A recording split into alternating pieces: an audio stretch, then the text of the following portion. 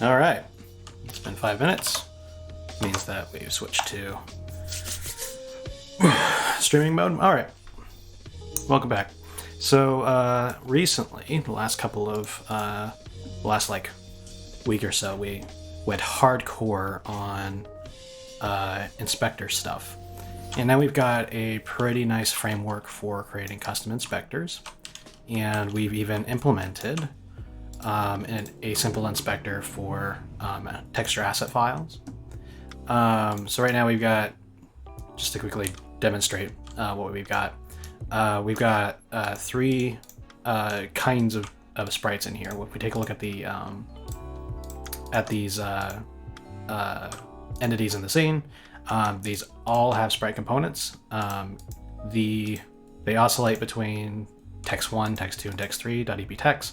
So these are referencing texture asset files that are these things.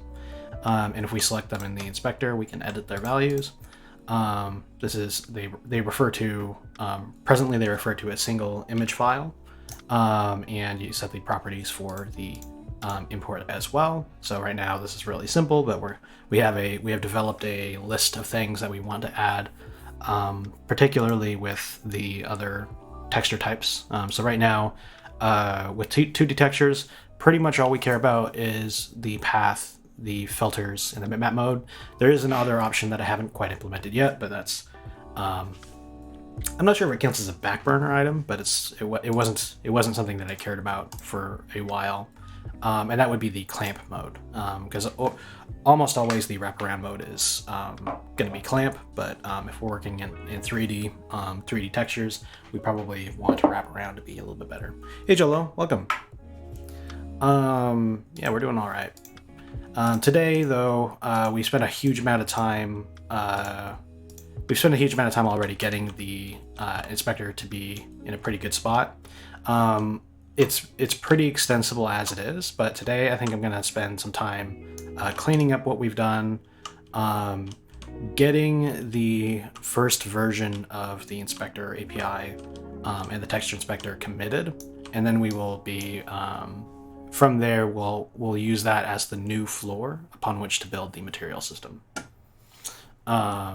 But yeah, there's a couple of things that we need to repair. The first thing, I noticed this at the end of the stream yesterday, is that dragging and dropping is broken. It used to be that we could drag and drop files into the hierarchy or whatever. So like if I wanted to change which sprite or which texture asset was used on these sprites, I would just drag and drop into the texture field. Or I could open up a scene file by dragging and dropping into the scene view, but that's not working anymore, so we'll have to fix that. And from there, we're just going to go through all of the files that have changes on them and then get them all prepared for commit. So yeah, we'll start there. Hopefully, I'm thinking that after today, I'm actually going to go back to Monday, Wednesday, Friday streams. It depends on how much of an itch the material system gives me, because this last couple of weeks I've been doing every weekday because I've just been on a roll, and I go to bed and wake up thinking about the problem that I want to solve. All right, so for solving the drag drop thing, that's handled inside of the content browser, because the content browser houses the icons, and the icons themselves have to be told to be I'm going to drag drop targets. I have a hunch I understand what's wrong, because we did some rearranging of this code recently. I'm trying to find it. I've been playing around with the Riot API bit. Okay, what's the Riot API? Is that a library or the Riot Games API? What's the Riot Games API?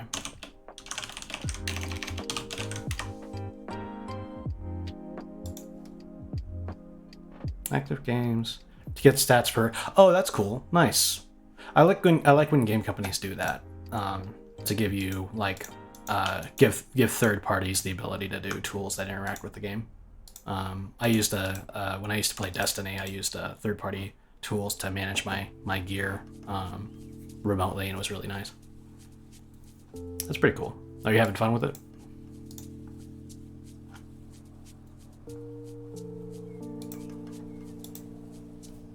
That's good. Yeah. Okay, so here's where the icons are done.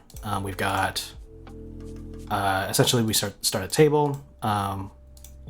We give it a pre-calculated number of columns, and this is because we can do variable size icons. So if we make it so big, we need to figure out how much space we can fill, and then we figure out how many columns will fit in there with a given icon size. And then we do a loop. We iterate through all of the files that we've currently selected. This stuff is cached whenever we open up a folder. So when I double click on a folder or I click a drive on the navigation panel, it will refresh this list. Okay, and then we convert it to a virtual path, which we have to do for the sake of drag drop.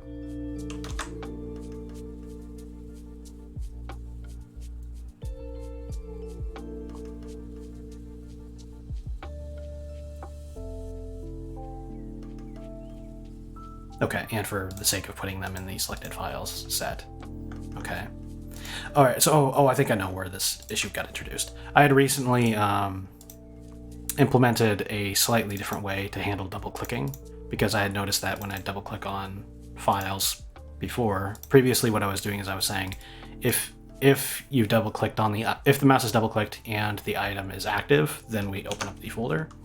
But that led to an issue where when you double click, the icon underneath the cursor is automatically selected, and that was wrong. I want to make a private Discord bot that informs me of my progress. Nice. Yeah, that's pretty sweet. Yeah, I could see how that'd be really useful, especially when you're playing with friends.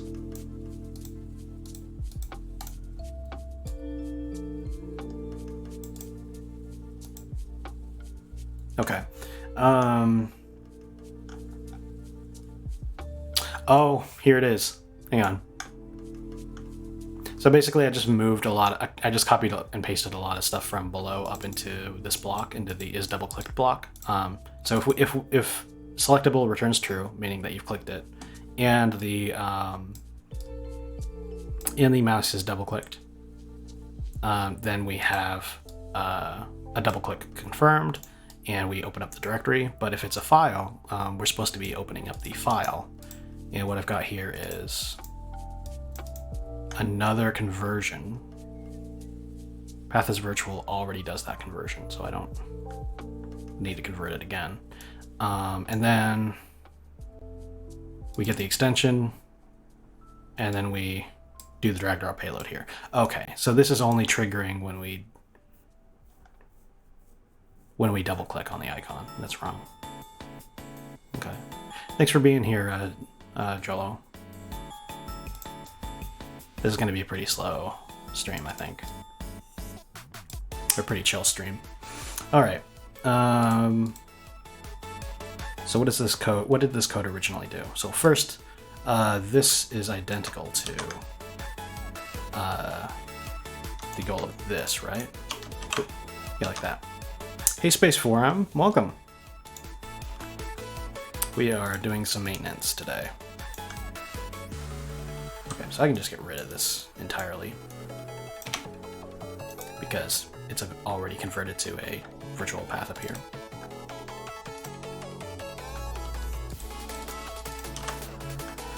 Do we already have the extension figured out?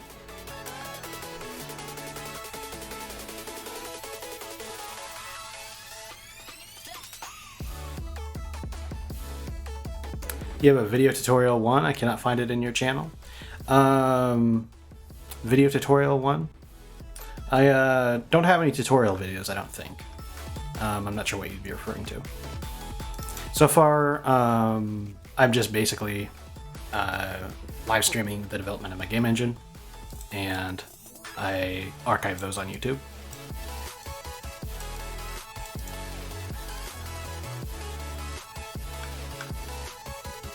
Virtual path. Okay, so this entire block of code, this here, we need to move it somewhere else. So I'll control exit.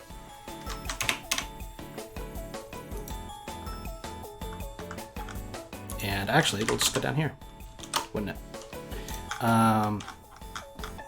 So just reviewing the structure here. So we're looping through the files. We push the ID of the icon. We then set the cursor position, and we make the selectable. The icon itself will be drawn later on top of the selectable. And then we identify whether it's inside of the set. So we, if it's part of the selected files, we mark it as selectable. If it returns true, then we have just selected it, I believe.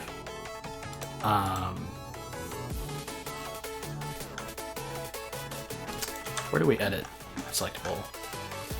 All right, and then so we do, right, so if it's just been selected, then we do double click behavior.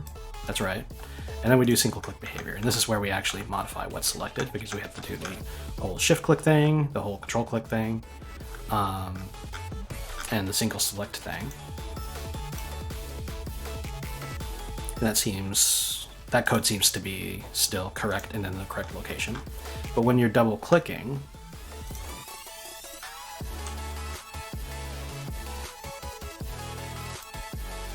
we just need to call open file and editor on it. That's all we need to do. All right, cool. But we still need the virtual path, which is now path as virtual, is what it's called. I might give that a slightly different name in a minute. But okay, this is looking good. We double click, if it's a directory, we go in a level and we set the current path to it. We reload the cache of paths. That is we read the current directory for files again, and we repopulate the list. And we have to call break because we're iterating through that list right now. And so at this point, we skip to the next frame.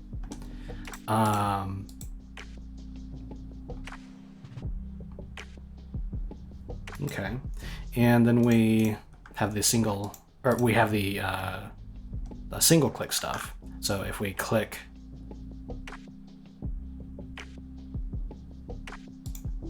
yeah, this is all looking fine. Okay, and then after all of that, this is the stuff that we do in addition to this select behavior. So this would be where we do the drag drop.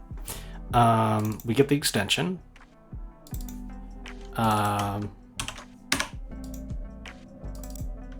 By calling path.extension.u8string. And then we get, if the extension is greater than 1 and or is longer than 1 character, and we have a return true on begin drag drop source, then we set the payload. All right, so actually we might have just fixed it already. We pass in the type of the payload is the extension. So that's basically when you want a field to accept a specific kind of file, you just say that you're accepting dot whatever as the extension type, or as the payload type. And then DRIM GUI automatically will sort out whether the field will accept that file type. And then, yeah, and then we just pass in the string, the virtual path string as the payload. All right. We also add the file icon image for the tooltip, and that's just to make it a little bit more clear that you're dragging a file. Eventually, this will be handled with like a preview. I'll say to do replace with custom preview. We're not quite there yet. That's not getting custom previews of icons in the content browser is not really mission critical right now. I don't need to make that note. I have doing icons and previews on my to-do list, and I'll just know that this is a place that I'm going to need to implement that. All right, and then we do the icon drawing, which all we do is we add an image to the draw list directly above the selectable. And then we draw the box around the shift select anchor so that we can tell where the range will begin and end when we do shift select. And then we have the right click menu, which presently only allows you to open files in Explorer. And that's working still, right? Yeah, it is. Cool, and then we do draw the file name. I think that's it. Let's see if we fixed it. We'll press F7 to build all. And once that's done, hopefully we'll be able to drag and drop files again. Okay. Textures. Okay. Might not be working quite yet. How about scenes? Yeah, so I'm not seeing what I wanted when I drag and drop. So what did I miss?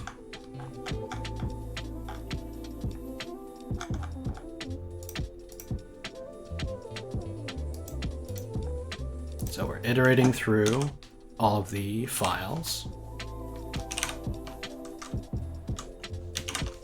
And we get the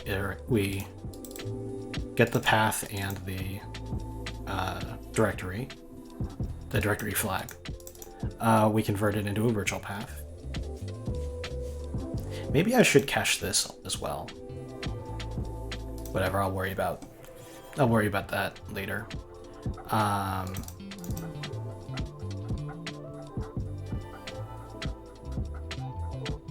We then do the selectable.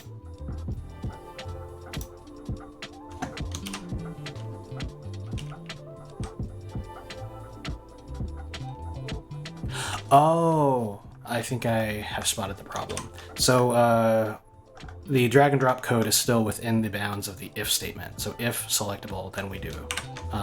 Whereas the drag and drop behavior actually needs to go out an additional level. Because whether or not the selectable returns true, we need to make that item a drag and drop source. Okay. I think that's probably it. Let's close Enterprise and start this over.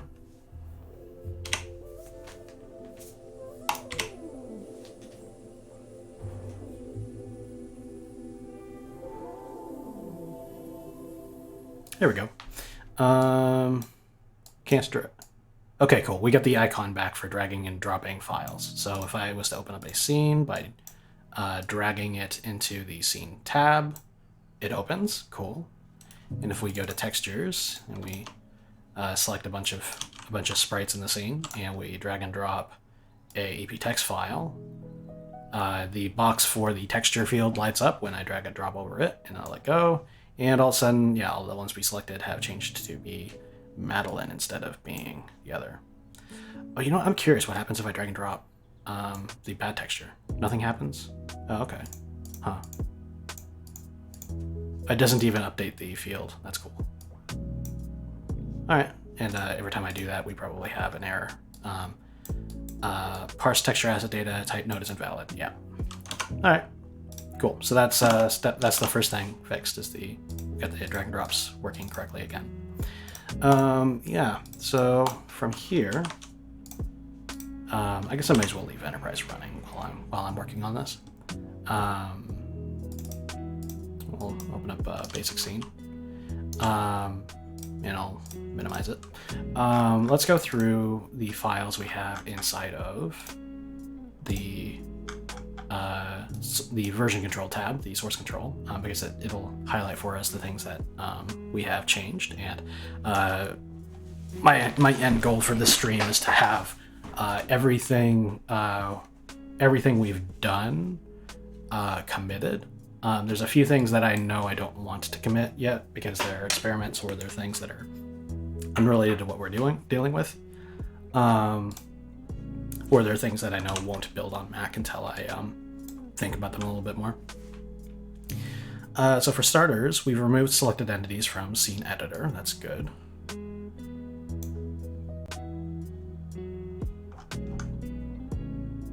Okay.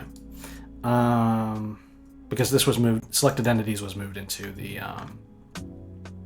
from the scene editor into the inspector, I believe, which we'll probably see in. No, it was in the hierarchy. It's where we store that now. Okay. All right, and that's the only big change here. There's a little bit of a problem though, because this file this header references constant std string, but we don't actually have the string header, so let's add it.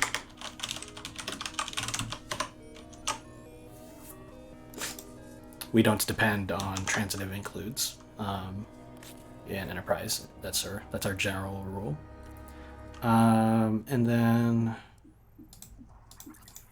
scene editor. Yeah, Enterprise headers first. Yeah.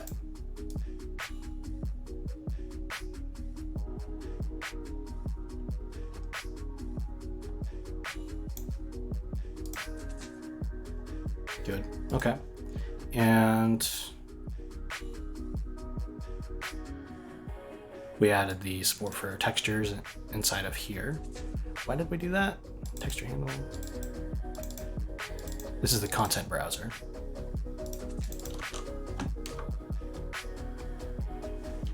Okay, we added, so we needed to have texture handle in here for the sake of, okay, this file needs some cleanup, I think. So the shell header was included so we can open files in default apps. Yeah, open file in editor and so on. Or show file in Explorer. Yeah. Events, what do we use events for here? I don't think we use events anymore. We've made so many changes to this file that that will have a couple of headers, I think, that'll close Enterprise. We'll have a couple of headers that have no purpose anymore, so we'll just quickly clear them out. The file system, we use the content dir path, so we need to have the EP internal version of file.h. Textures are used for specifically for loading up the file and folder icons. Editor.h was used for what?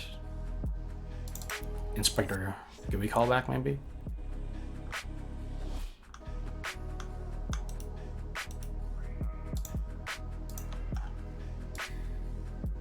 Register file editor, open file in editor.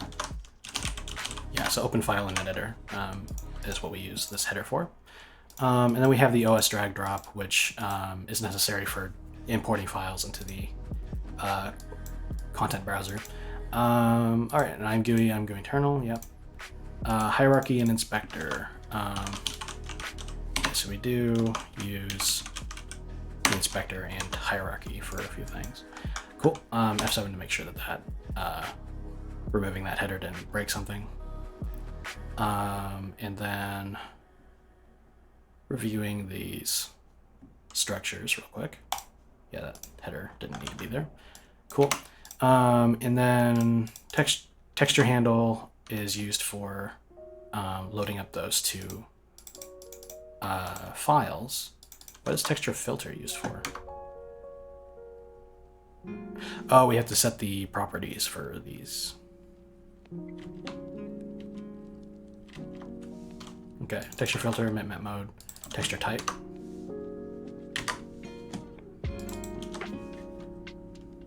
And QMAP protection. Okay, that's fine. We can keep all of these in there. And when we use the file system, I like to use the shorthand FS instead of doing std file system.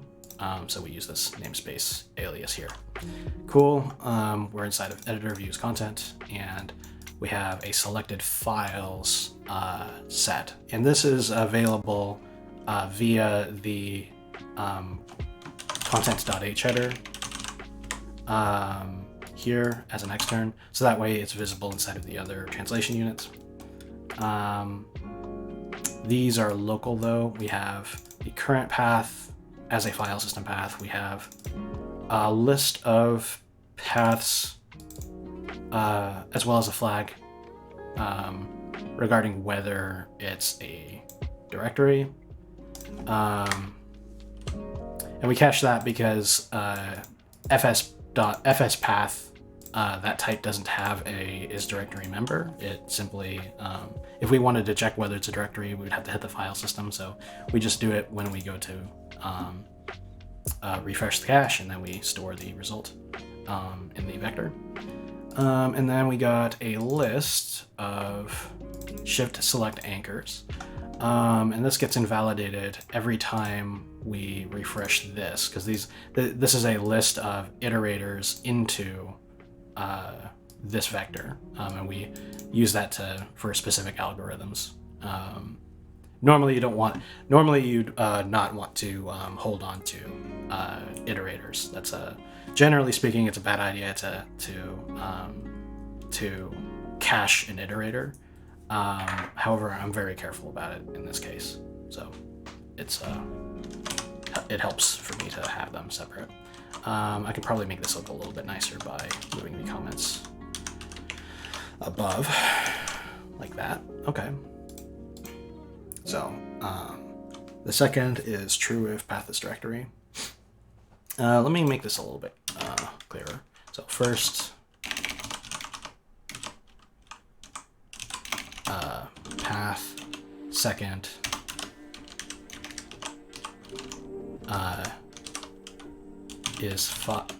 second is directory. Easy enough. Cool. And then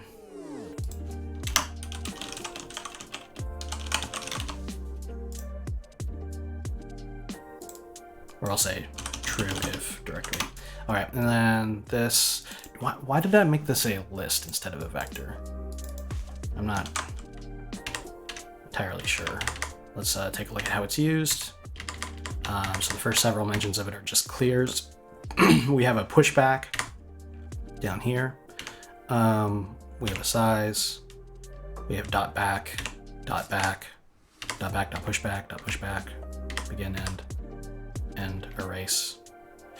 Oh, it's a linked list because if you deselect the, okay, because if you do a control deselect on a shift select anchor, we need to remove it from that list, and the list has to be iterable, so we have to do it as a linked list. That makes sense. All right, good.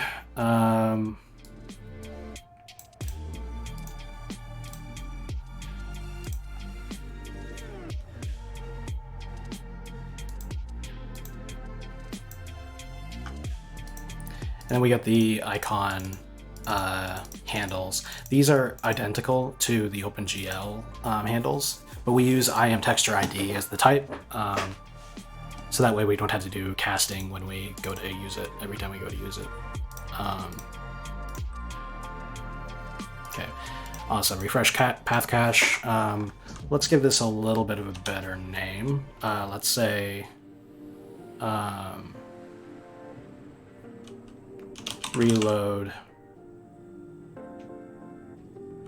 current directory.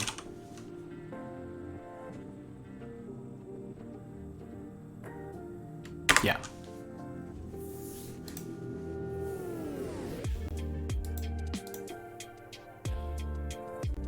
Okay, and then this will this is called every time we make a change to the current view, whenever we open up a folder or we go up a level.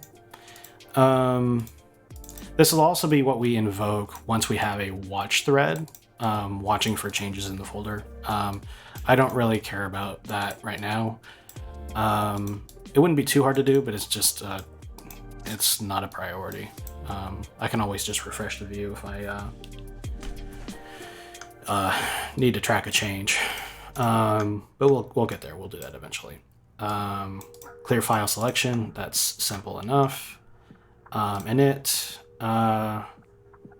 current path equals the canonical version of the EP file content to path. That's perfect.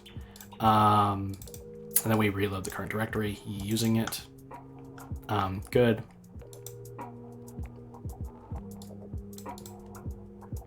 Or how about reload directory view? I think that makes sense. Or reload current view.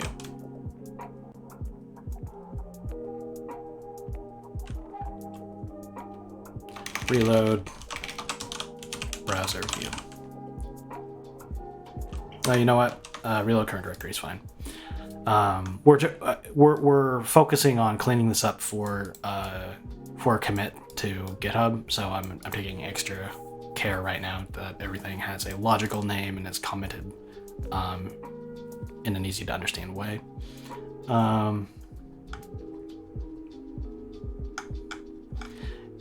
Considering that this function in init is the only place where we actually use texture type, cube map projection, and so on, I'm wondering whether I should even do this, even if I should even use the alias types up here. I'm gonna comment them out real quick. Yeah, and the only errors I see are in this location down here. What I think I'll do is I'll plug in the, I'll paste in the namespace EP graphics for each one of these enum types and see how much worse that makes the API, or makes the code look.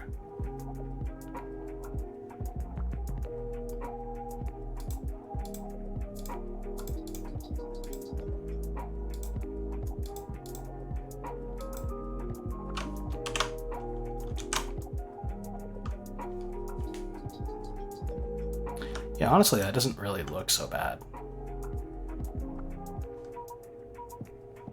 It's a little wordy, but we were kind of breaking up these arguments on new lines anyway.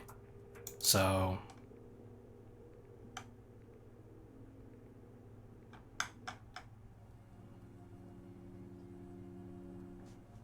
can I scope using directives? Maybe that would be better, easier.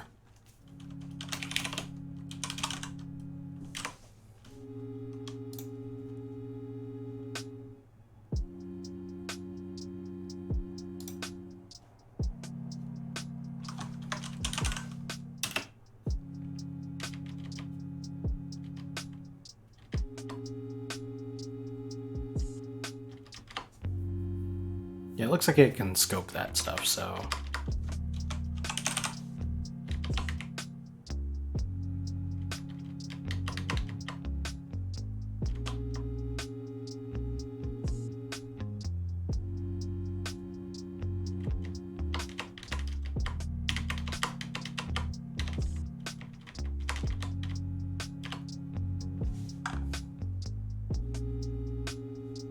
Using directive. From the point of view of the unqualified name lookup of any name after using directive and until the end of scope in which it appears, every name from NSName is visible as if it were declared in the nearest. Okay, so typically when I'm having to do a whole lot of, I'm having to use a type very often, I will do the using directive at the top just to simplify the code throughout the rest of the file.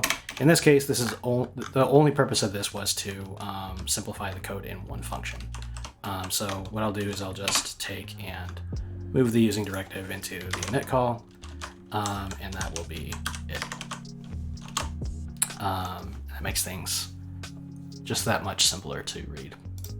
And it won't confuse anybody reading this file trying to figure out why we're using texture, like what all the texture type defs are for. All right, sweet, that's better. The implementation, rows, columns count. Yeah, that's fine. This is all good. We set the texture properties. And then we do the reinterpret cast for the IM texture ID type. So that way we don't have to be doing this all the time. Whenever we go to draw a file or a folder icon, I mean. All right, and then we do the drawing. The term draw is getting increasingly inaccurate because like almost all of the editor logic now lies in the draw call, and it doesn't really make sense to call it that because it's immediate mode GUI time. It's not just draw time. So I'm thinking I'll probably rename all these calls to be on GUI or something like that. I think that makes sense. But we'll worry about that after we've got our first commit in. All right, we begin the window, we do the top pane, we do current level, yeah. We'll stick to doing the little arrow back for the upper level button because the upper level button will probably be a icon that I load up through an extended font space, and I just not interested in doing that until we get to the MVP stage.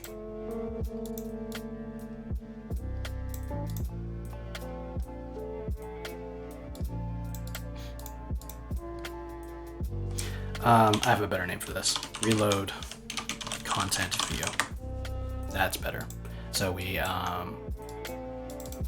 go up a level here, and then we reload the content view. That's a good name for it. Cool. Then we do same line. Blah blah blah. Is nav visible. Icon size separator. Yep, this is all pretty clean code. I'm pretty happy with it.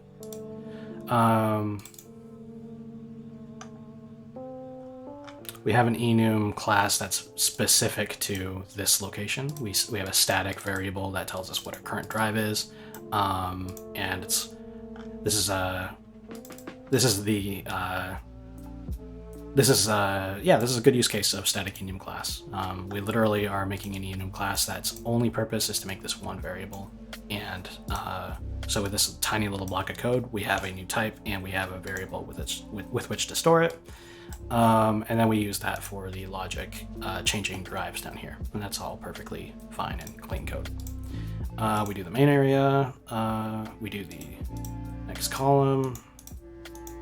I think these names are probably fine. Navigation bar on the left side, and then the whole thing is called browser, navigation bar, main area.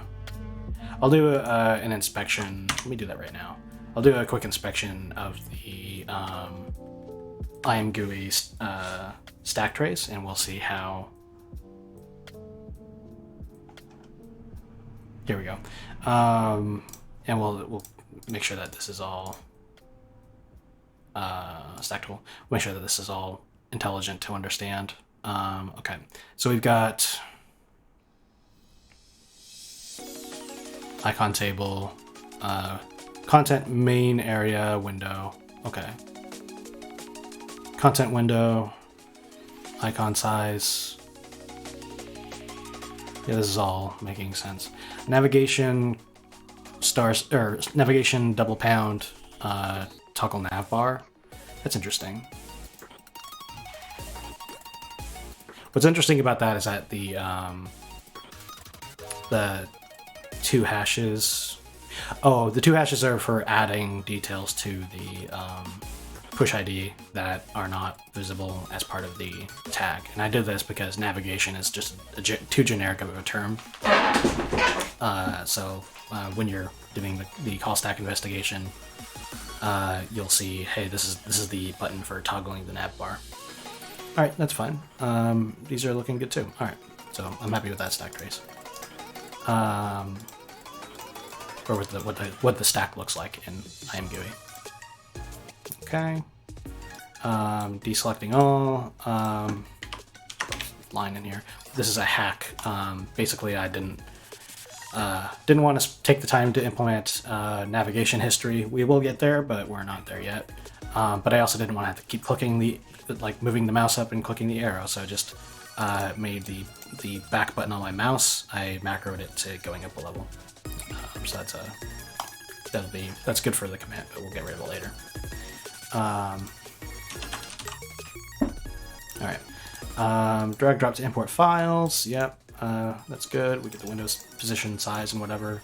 We go through the list of OS drag drop files, which is implemented on the platform code. I'll have to set that up on Mac OS here soon, and I've just got my replacement MacBook battery, so I'll do that repair today, and then I can make sure that the Mac builds are working again. All right, icon table, calculate the columns, yeah, and then we get offset. The offset is used to center the icon and center the button. It's just a nice little touch that it didn't take too long to do, so I just did it. Begin the table, icon table, column count, pad adder X. Yeah, the pad adder X is needed to make sure that the icons don't get cut off on the left or right side. It took me a while to figure out that trick. And then we do the iteration through the files, and this is code that we've recently touched on and reviewed.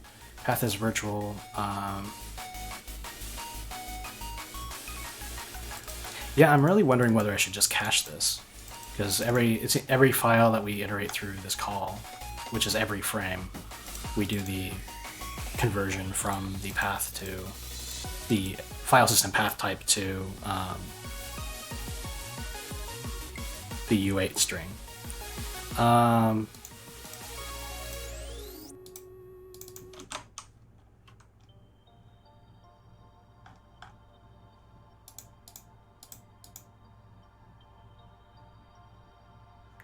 Yeah, let's take a look at that vector up here. Currently we have a vector where it's got us the file system path, then the boolean of whether it's a directory. I'm going to change this to a tuple, and I will pass in, I'll add a second argument here. So the second is now going to be virtual path, and then third is going to be true if directory.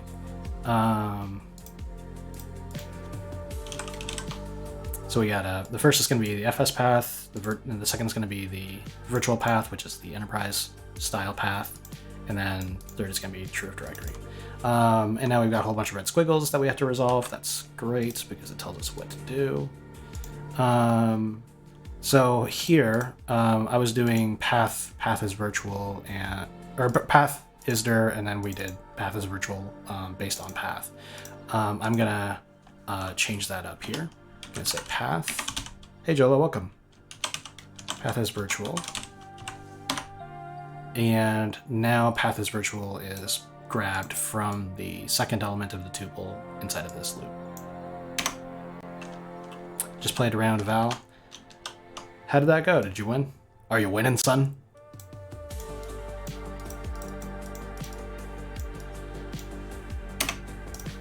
Yeah, nice. Awesome. And now we have to cache path has virtual somewhere. Okay. Good. I'll worry about this later. I'm just going to finish parsing through this. Did you have to use your fake account to play lower for your teammates, or did you? No, sweet.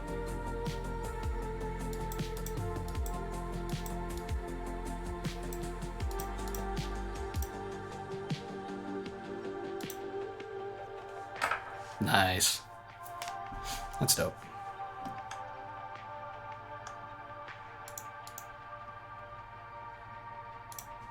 I really have to try that out sometime. It's just that, like, I feel like I never have time to focus on playing things because I'm desperately trying to get portfolio work done. But I'll have to give Valorant a shot sometime, because you're not the first person who's told me that it's a fun game and plays it a lot.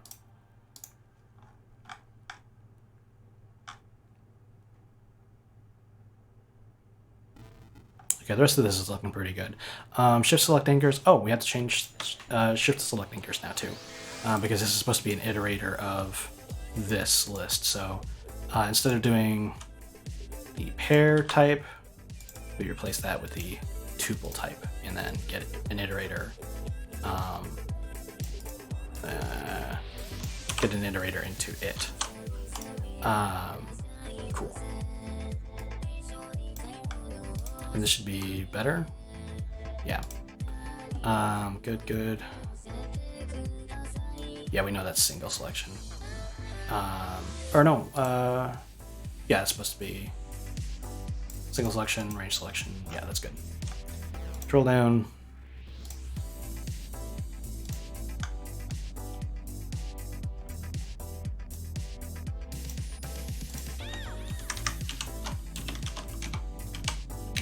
And I'll make this a little bit clearer. Additive selection.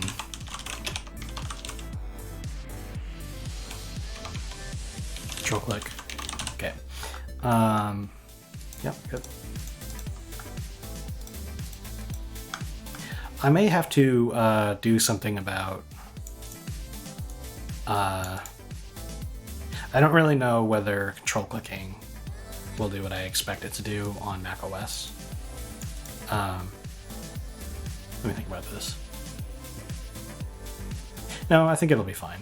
The Mac and Windows disagree on what a control and an alt key does, and so you have to plan for that when you're doing input on a multi-platform basis.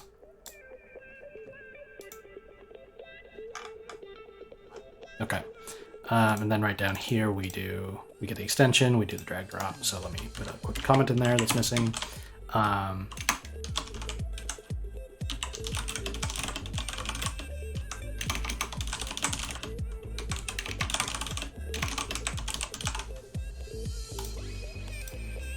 Drag drop from content browser, perfect.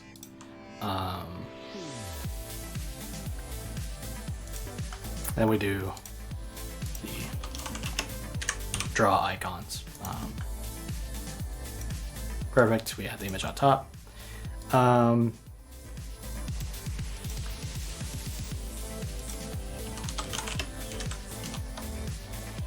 We draw a border around the shift select anchor. Yep. On your way to the top 15%, that's your next goal. 15% of all Valorant players? That's crazy. There's a lot of people that you're doing better than.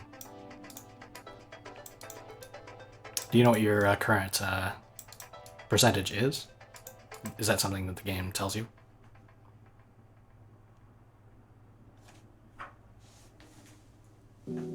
Next big goal is top 5%. You're at about the top 30%. That's crazy, man. That's pretty nuts.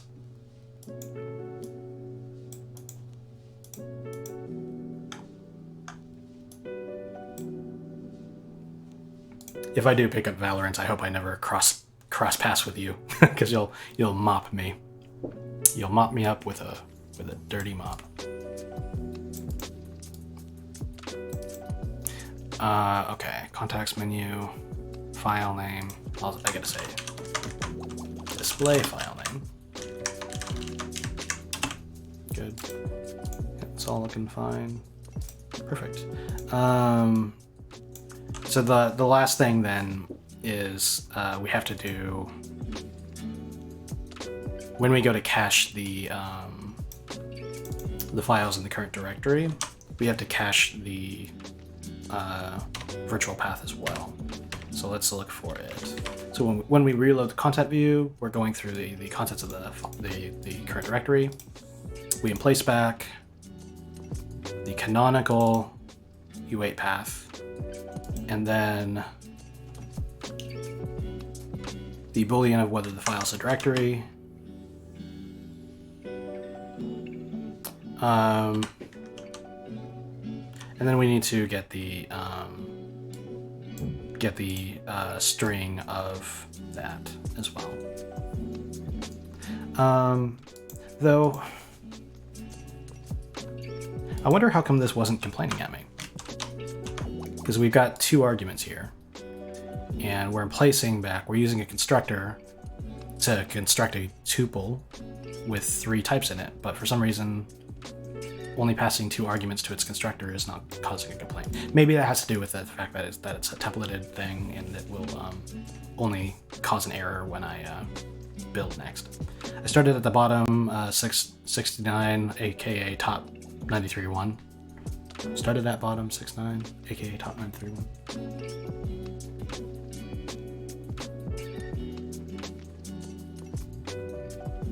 I'm not sure. I'm not sure that I'm following what those numbers are. Are you saying that you were the bottom 6 or 9%?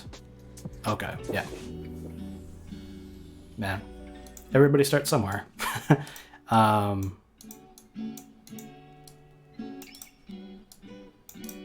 long did it take you to get to be the top 30%?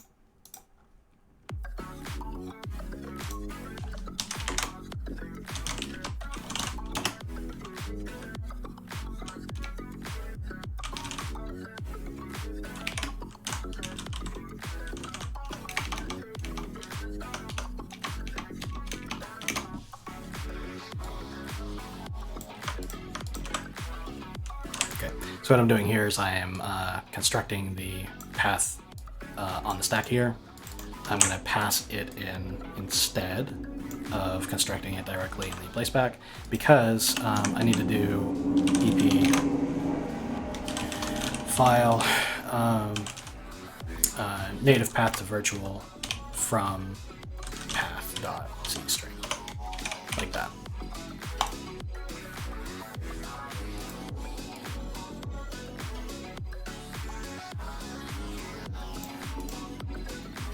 Wait, that's not right.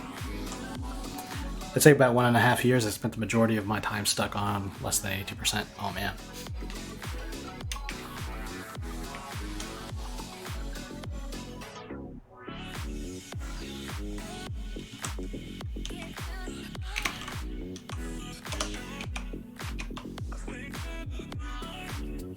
Okay.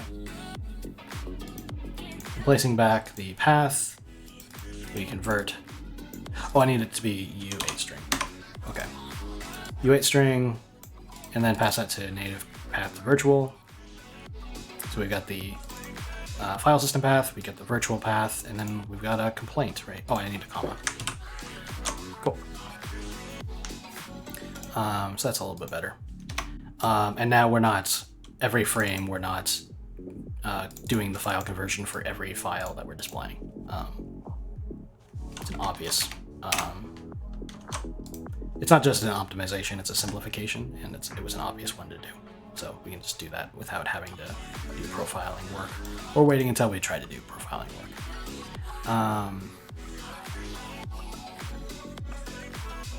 Back to the right API, yes.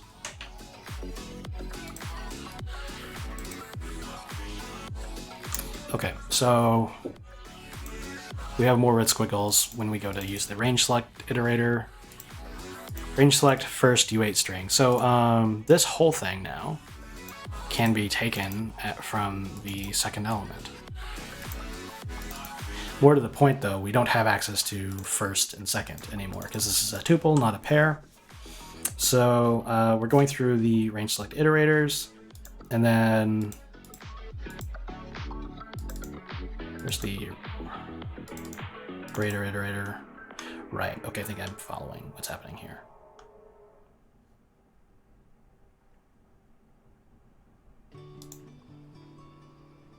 Okay, so instead of doing all this conversion,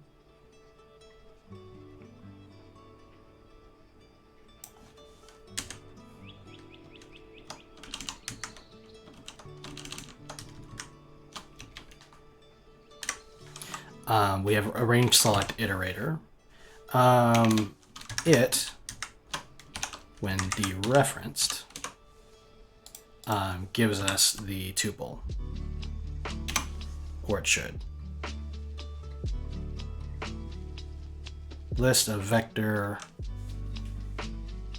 a vector iterator of, yeah, so if we dereference it, we should be getting the tuple. So that means that we can call std get on it and do, right? I think std get is how you get tuple elements out by number. Yeah, you pass in a number and you get the tuple, and then it'll do the thing. So std get is going to be element 1, and then we pass in the dereference for this tuple.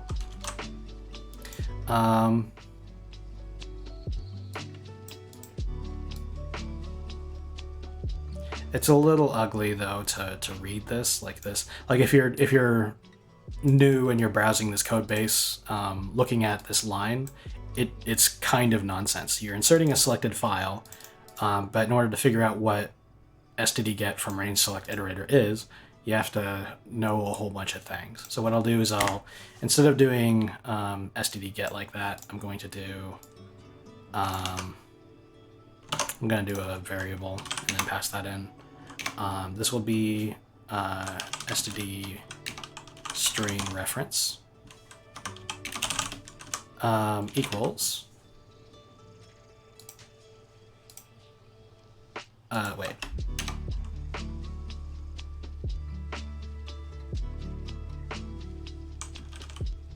Is path being used right now? It is. We'll say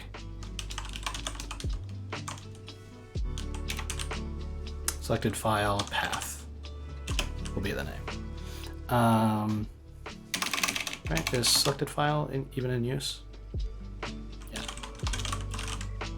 Selected file v path is what I'll say. All right, and we'll set that equal to std_get on the dereference of the range select iterator, and then we can take and insert that.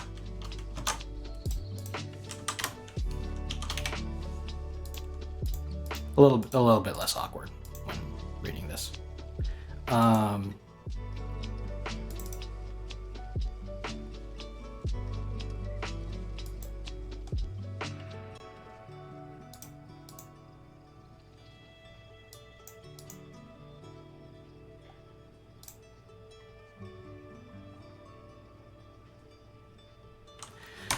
Though this could probably be range selected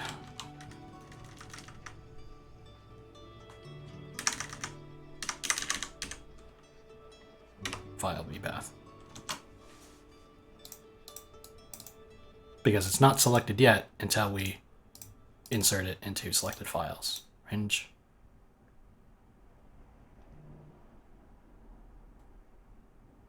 Yeah. And then down here, we'll do something similar.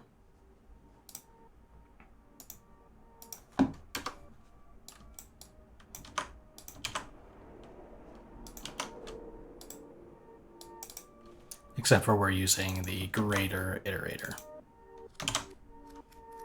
for it.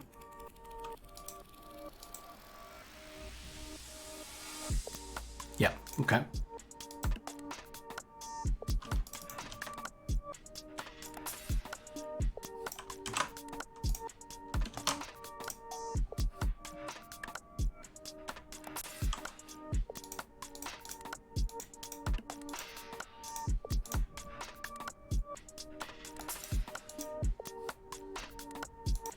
And just to get the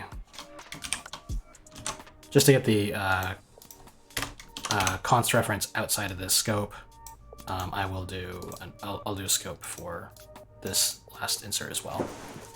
So that way, range select file vpath is not inside of the outer scope, and it also gives a little bit of a tighter coupling to you're looking at this and you see these blocks as kind of like the same thing. So you can identify kind of at a glance that, hey, this code looks like that code, and so these are probably doing very similar things. I'll take that extra line out. Yeah. All right, that's better. On file selection changed, good. Shift select anchors, that back. Okay.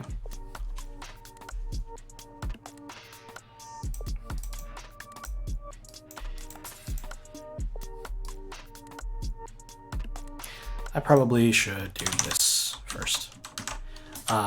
We notify the inspector when we change the file selection, and the purpose for that is so that the inspector can deconstruct and then reconstruct using that special fancy fast poly union type we came up with to update the inspector to reflect the new file selection. I just want to do that as the last thing instead of doing that, and then we have more processing to do to get the selection to look correct. So I'll just reorder that, make it a little more logically consistent. Shift select anchors, push back, hierarchy, clear, entity selection, selected files, dot insert, And then on selection change. Yeah, that's good.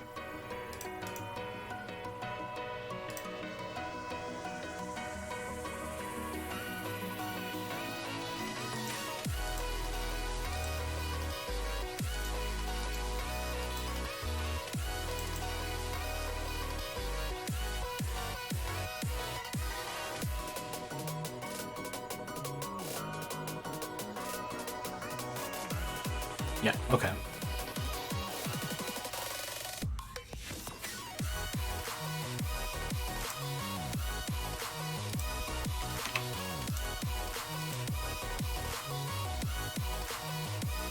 Control click code is pretty straightforward, so I think we're good there. Drag drop file from content browser. Yeah, that's good. Cool. I think we're all set. I probably broke something, so I'm going to press F7 and catch what it is and then fix it. All right, what did we break? In file included from built-in, blah, blah, blah, blah, blah, blah.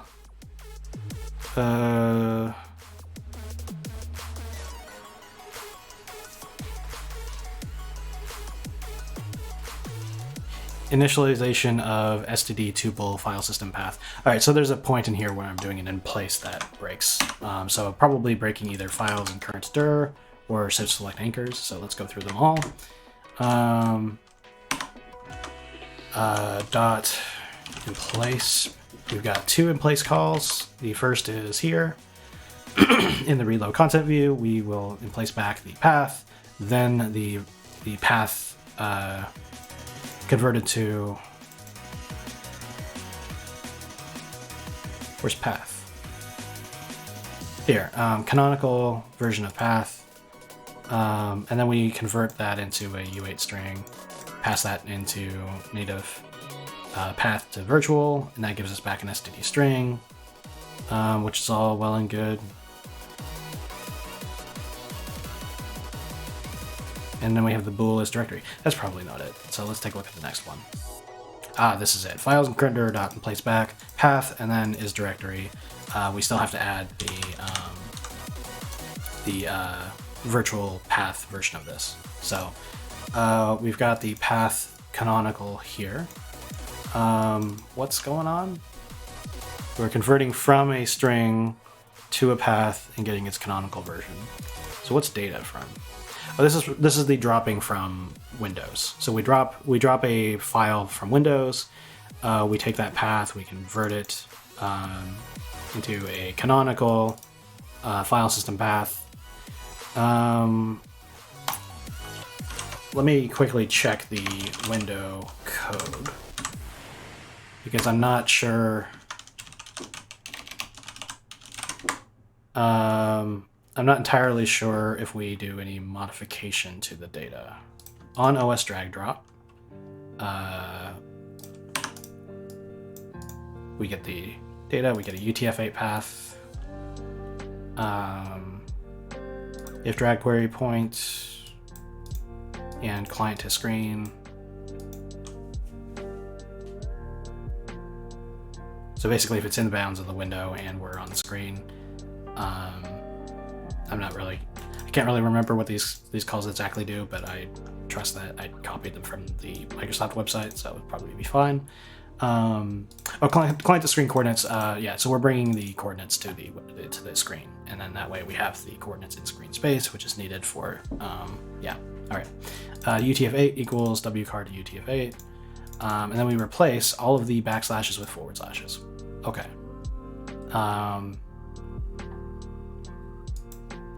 And then we do the pushback. So we have a UTF-8 path that uses forward slashes, but it very well could be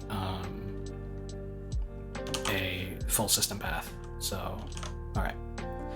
Oh man, Riot Games is doo-doo. Oh, what did they do? What did the doo-doo do?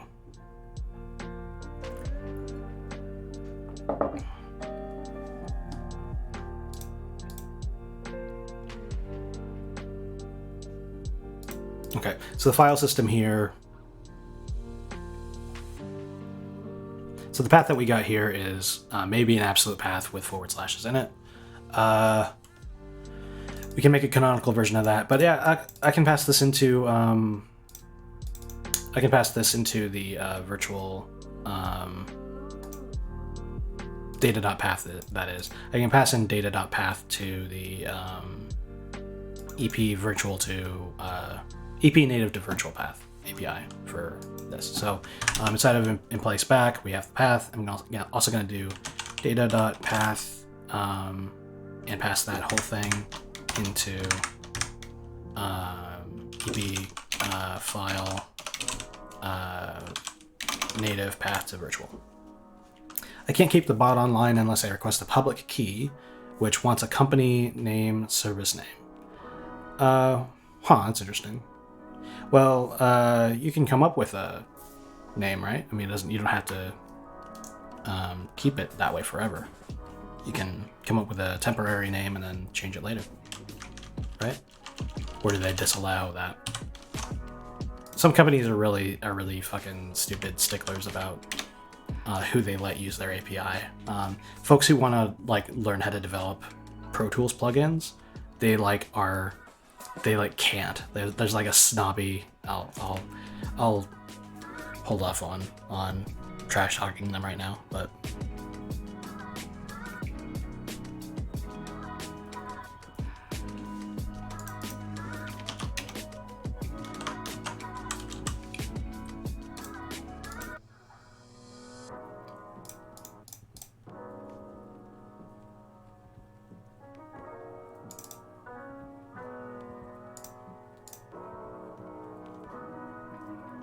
Rename this local to be FS path. I think that's a little more helpful.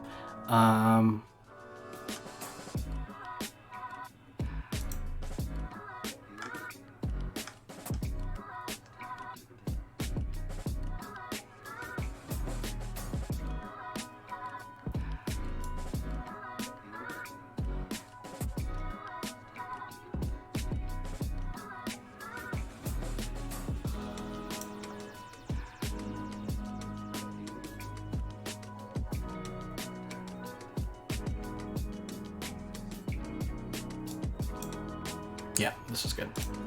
That's possible, but I will also have to check to let someone. I will also have to let someone check the product for policy breaches and stuff. Oh, yeah. It may come with the territory. It could be, for example, that they need a name for technical reasons, like they need to associate you with a string on the server side. But then also people find ways to exploit public game APIs, like people in Destiny. And I'm gonna use Destiny as an example because it's the only game I've really ever used one of these APIs with. People in Destiny make tools where it automatically swaps out the guns that you have while you're in the middle of a match. And ordinarily you'd have to go to the tower to change your guns from your vault, and you can just press a button to do it on your phone, which some people might consider cheating, but guess I'm going to keep the temporary key. Yeah. There's a whole conversation about coming up with temporary names and coming up with project names. Companies have policies in place for naming their projects with temporary things, so that way it's easy to pick a new name for a working project and then come up with a full name later, and also to make sure that the name is unlikely to catch on and become the full project name. So some companies will use a theme, they'll use geode types or mineral types, or they'll use colors or whatever, and come up with a quick and dirty name that they'll use on the project until they come up with a better one. On Windows, they famously Project Longhorn was what became I think it was Windows XP. I'm not really sure why they picked Longhorn. I'm not sure what their scheme is, but it might be helpful to come up with a scheme of your own, so that way when you're working on new projects, you can give the projects names without having to decide on a good name until you're closer to being finished. Balance API is web-based and only contains statistics that everyone can access. Yeah.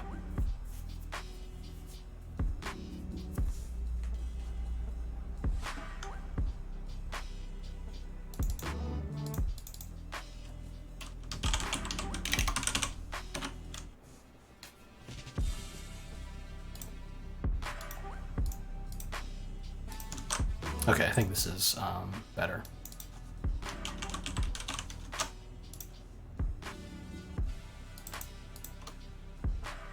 Only through third-party apps, but anyone can access those. Yeah. Uranium is actually a cool project name. Yeah.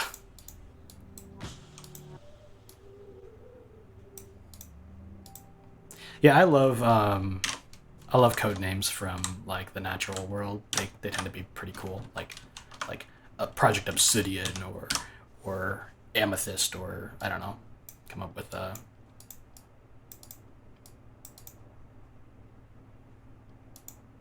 bunch of things. Project Rock.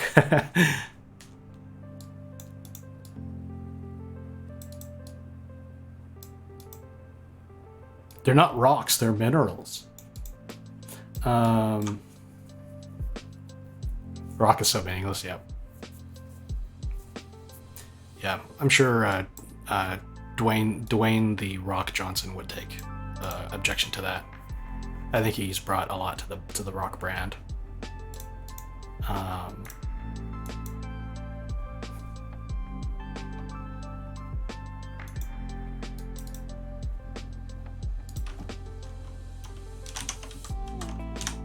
Alright, so this is looking pretty fine. I'm just going to quickly do some reordering.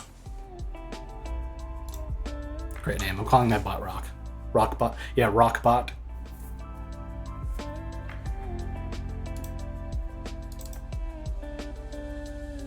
Rockbot.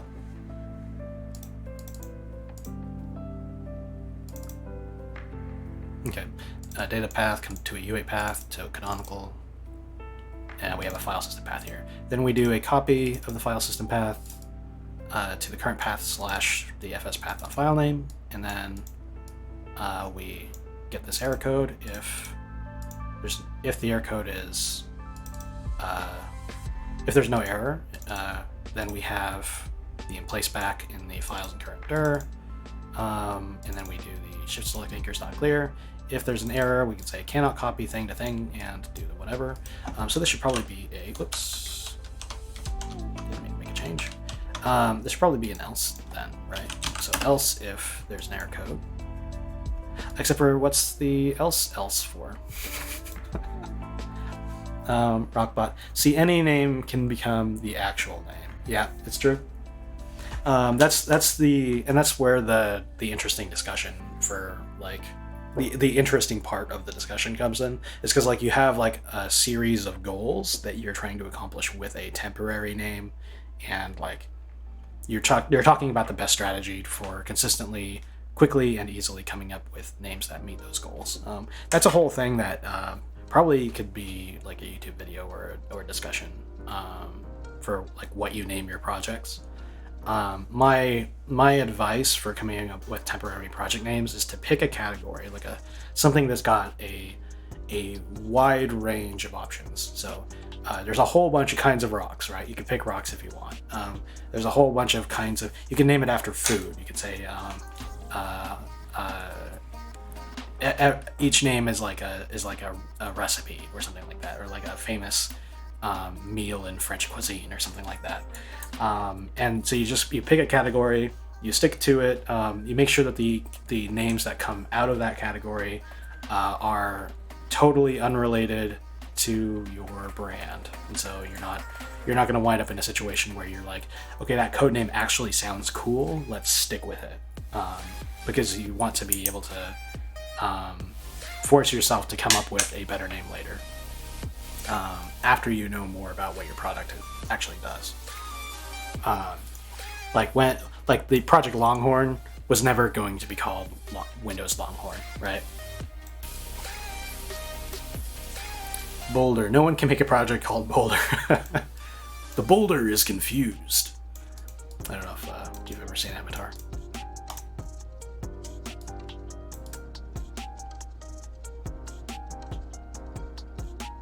Yeah, I don't know what this is about. It looks like maybe I restructured the code here at some point and then didn't really think through what I did. But like if the file copies successfully, then this will return false, and then this will return true if the other. And I don't need it to be else if, I just like to say else.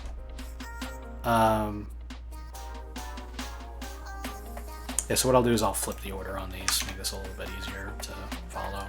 I'll put this block underneath the if statement, and then this block, oops, under the else statement. So if there's an error, then we say what the error is, and then else we will do the place back whatever. I'll put the trace message above.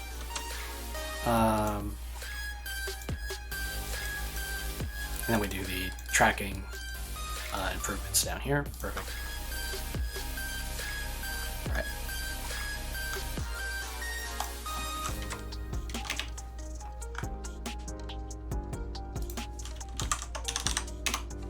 Awesome. That's looking pretty good. And then we're back to the icon table stuff, which is the same. F7, let's see if this is working.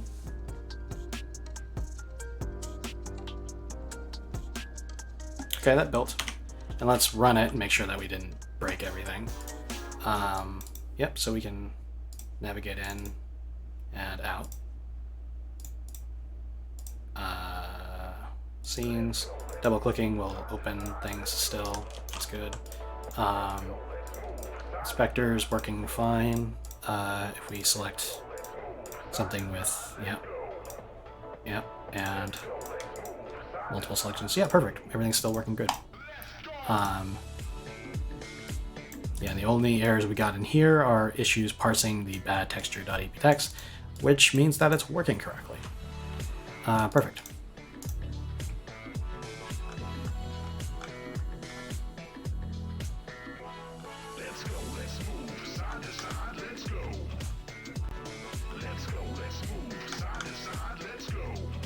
Awesome. And then I have a little if def in here to say if we're on Mac, then we say show in Finder on the right click. Otherwise, we say show in Explorer.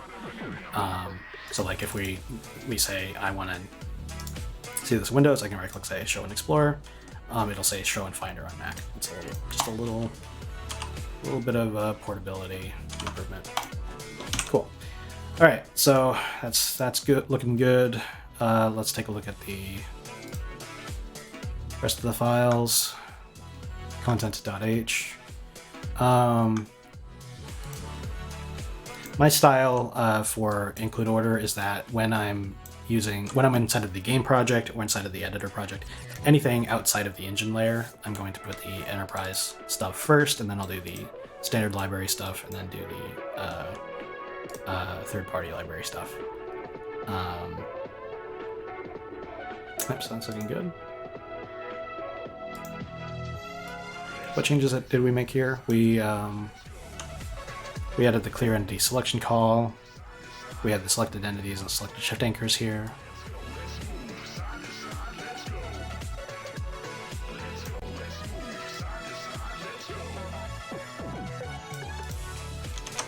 We did a change to the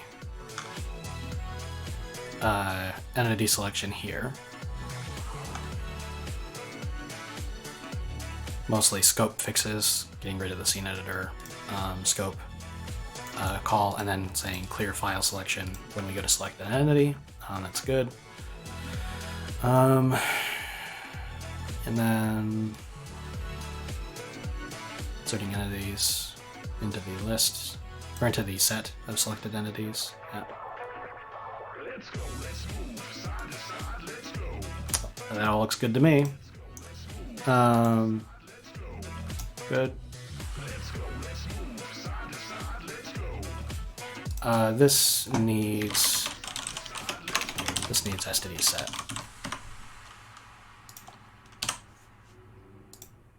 Are we good here as well? Set of string, yeah.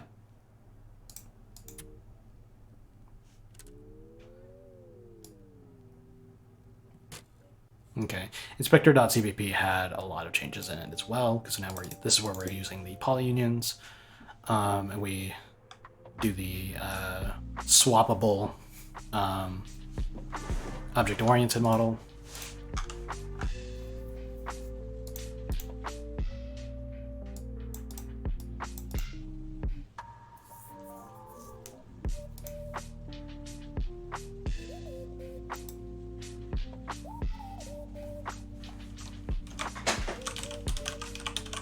Yeah, we needed file inspector. We needed file inspector for use in the polyunion, that's right. And then EPM GUI for the, what? What do we use EPM GUI for? Oh, for the mixed drag scalars that are used inside of the transform component. Perfect. All right, it's looking good.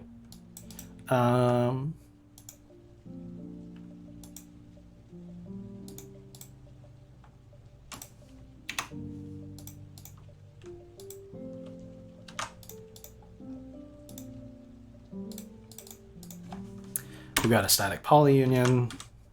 We get a static bool for multiple selections, or for multiple extension selections. And then we've got a map associating the number of files with an extension. That needs a better name now. That's the, this is where we count how many files are selected with a particular kind of extension. That name made more sense before we made it a static global. Let's give it a better name.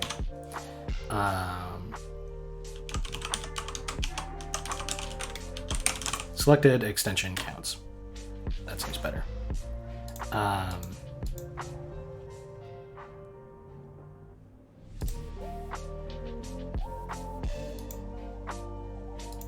Okay. And then on selection changed, we reset the polyunion, which means that we destroy the object therein, but we don't deallocate. That buffer, which starts out at 1024 or a kilobyte of data, remains there for use when we go to construct the next file inspector. Is multiple extensions selected should be treated as an attribute of that. I'll put a line between these because these are logically grouped together, and this shouldn't be.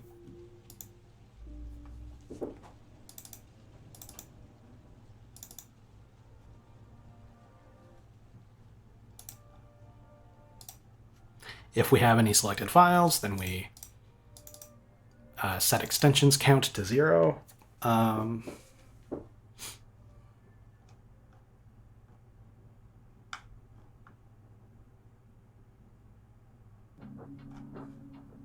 You know, we might not need extensions count. Because what we do is we're basically just using this to determine whether we have multiple extensions selected.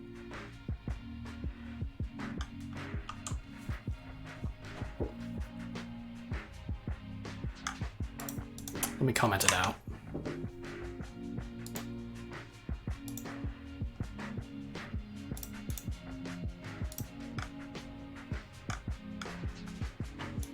So we'll go through these selected files.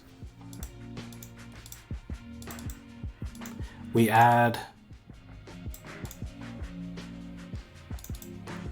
increment the count for a specific extension inside of selected extension counts.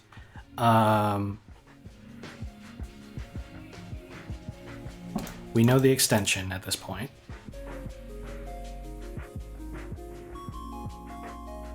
So one thing we could do is we could check whether the extension equals the first node's extension inside of the selected extension counts.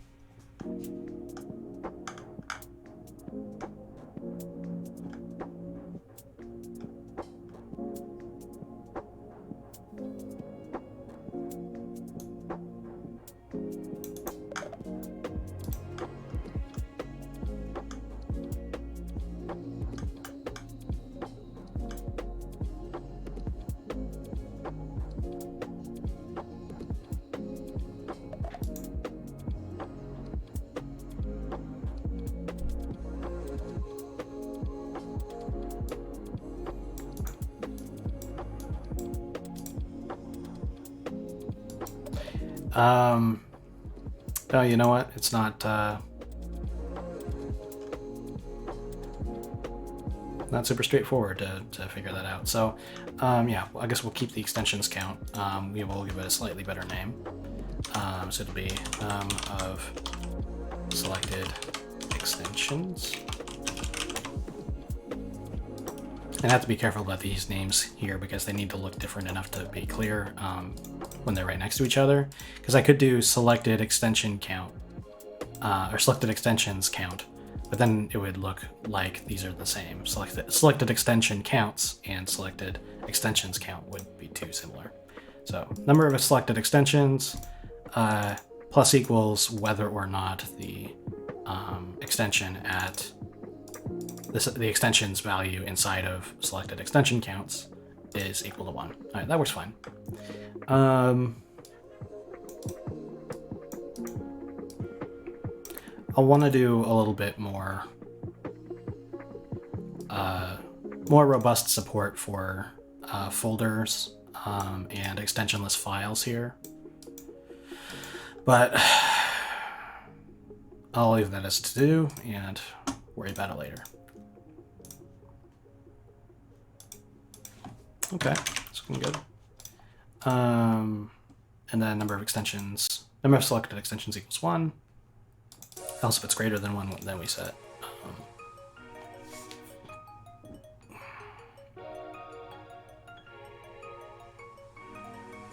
There's a slightly more elegant way to do this. We'll do is multiple extensions selected equals num of selected extensions greater than 1. Because if it's 1 or 0, then yeah. And then this could be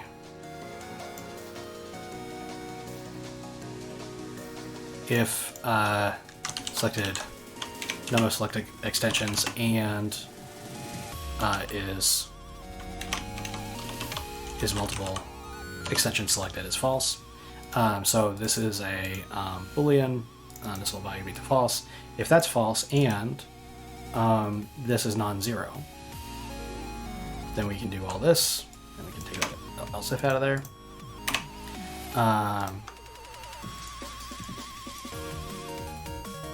To make this a little more explicit, I'll just do greater than 0, even though it'll all value me to the same thing.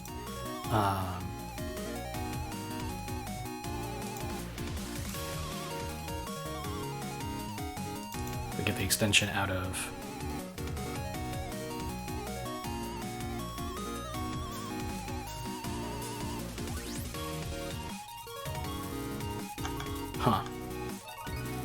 we get the extension out of the first node of selected extension counts.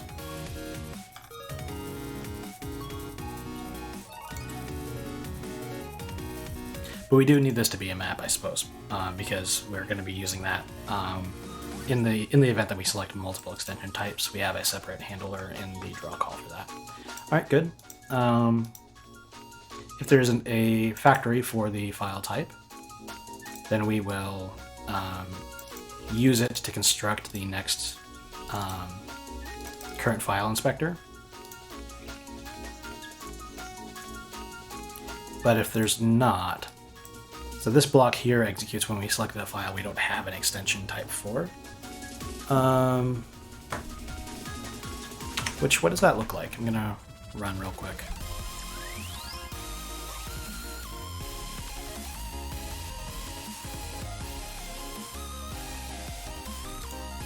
So currently we don't even show a header when we select a file that we don't have an extension for. But if we select something we do, and we have the apply and revert buttons, where do we do the apply and revert buttons?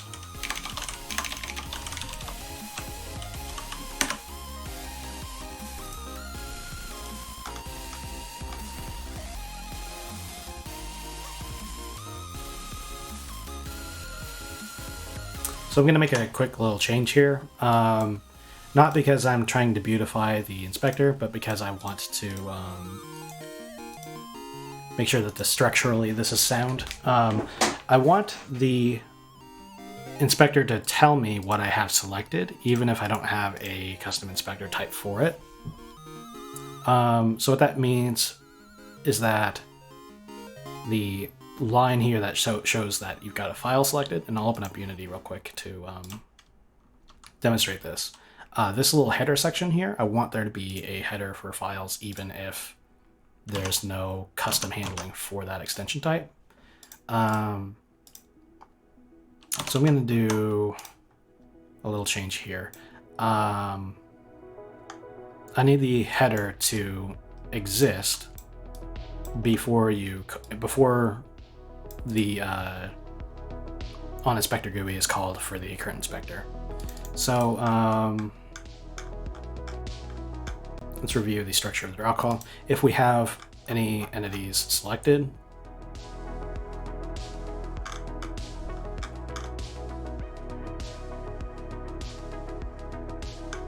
then we do the entity stuff. So we skip that whole block actually. And then if we have multiple extensions selected, this would be true if you have files selected only. So I should be able to switch between. Quickly confirm I didn't break anything on this front. So I can switch between selecting stuff like this without worrying about, no collision. We then say multiple extensions selected. We show what they are. I'll do a quick note for myself. To do implement selection filter GUI. So this, what I mean by that is that in this block where we say that we got multiple file extensions selected, we would have like a button that says filter to eptext or filter to .png or something.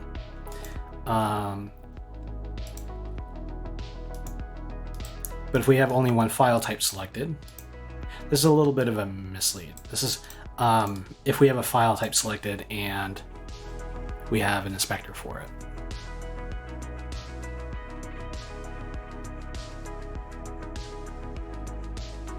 Because what we want to do is we want to say else and then display the file header anyway, right?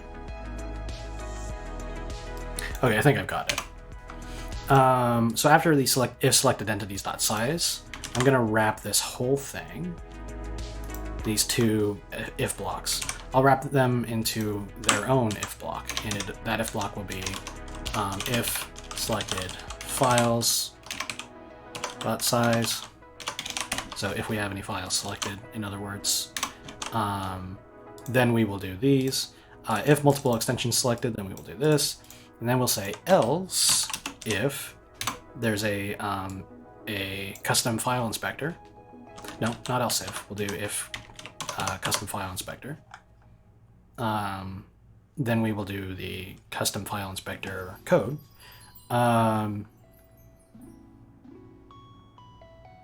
Multiple extensions selected. If we have a single file selected, then what we'll do down here is we will display the file name like this. So this would be, I'll do a to do here as well, because I'm not going to do this right now, but I want to leave a note to myself so that when I actually do it, I know what my plan was. We'll implement file header. Implement a selected file header.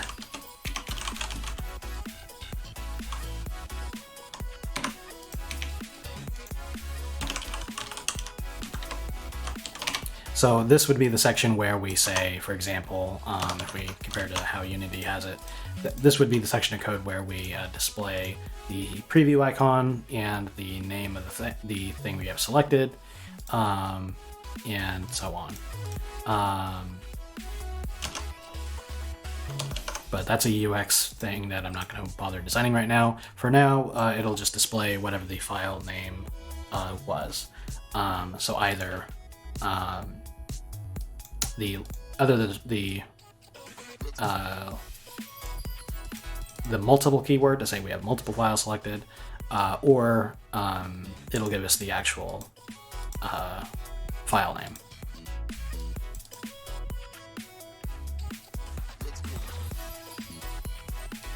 I'll tell you what though, I'm actually going to go ahead and do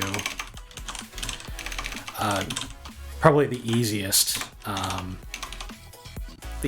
little UX change, and that's to give a little file icon just to indicate that we selected a file instead of an entity. But it's going to be the generic file icon, I'm afraid. So what we'll do is we'll do an IMGUI image. I will pass in the file icon.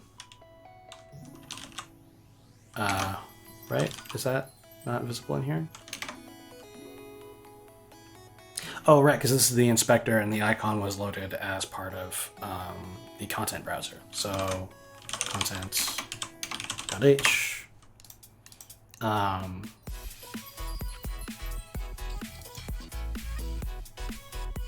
I'll do a declaration for the icon in the file.h header. That would be these. So that way they're accessible in other locations. I'll have to rethink how I do the storing of icon handles inside of IMGUI in the future, because we're going to need to eventually have an API for providing previews for use inside of the inspector, as well as custom icons, and that could get complicated. So we'll probably need to have a better management system besides just like declaring them in the header of some file. But yeah, I'll do that here. I'll do extern folder icon text and file icon text like that. We'll declare them here. During the initialization, they'll be set to something. I will do a really simple equals 0 in the declaration here. Now inside of the content namespace, I will have access to the file and folder icons. Did I have content in alt here? Yeah, views content.h is added. So I'll go into image with content file icon texture, and then we'll give it a size. I'll do let's eyeball. Let's make it 64 by 64. This takes what IMVec2. Okay, so that'd be 64. And then UVs, which UVs are upside down in the IMGUI, so we would do 0, 1, and then 1, 0 for the UVs of that texture. Right, and then we don't care about tinting it or giving it a border color. All right, and then we'll do IMGUI same line, and that'll just simply make it so that the text follows the icon. Really simple, just a quick way to make the file selection look a little bit better. But the key here is that we'll display either the multiple extensions selected here, or we'll do the header for, hang on a minute.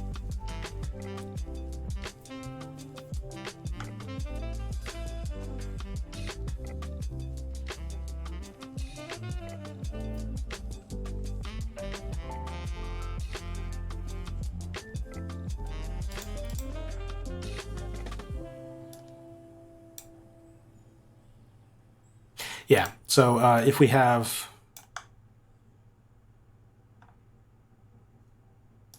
yeah, so the code that I had worked, but I'm going to make this a little bit more logically gonna make the if blocks follow the logic a little bit more rather than what the computer is gonna do. So if we have multiple extensions, we will do the custom multi-selection GUI. And then otherwise, we are going to display an inspector for the file. No matter what kind of file it is, we will do the image icon. We will do the file name, or say that we have multiple files selected. And then we will do a custom inspector if one is available. So if there's a custom file inspector, we'll do the buttons, invoking on apply and on revert on that inspector. Then we do the separator, and then we do the GUI itself. Okay, that makes sense. Let's compile and run it and see how that looks. And then we'll move on through the source code we're trying to audit. Okay, we got a problem. What do we got? Unknown type, name, IAM texture ID. Oh, inside of texture.h, I need to include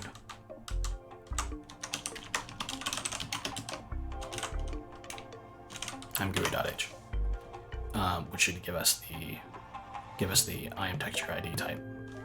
All right, let's do that again.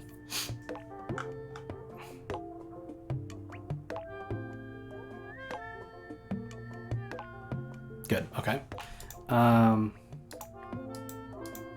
Oh, so close. So close.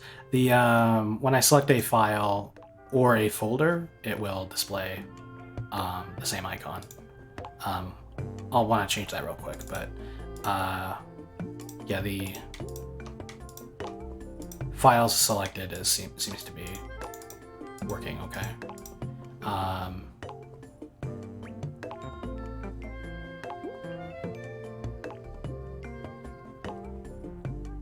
Yeah, so I'll make the icon a little bit smaller. So instead of doing 32, I'll do... Wait, was that 32? Is that 32 pixels? It's not 32 pixels. Did I type 32 pixels? I'm sure I did. Yeah, these are very comparable sizes. But I suspect that this is 64 pixels. Yeah, 64 pixels tall, so what did I miss? Oh, I did do 64. Oh, I don't know. Well, whatever. I'll switch it to 32 pixels. So that'll be around this size. And then I'll have to do something a little different for the folder selection.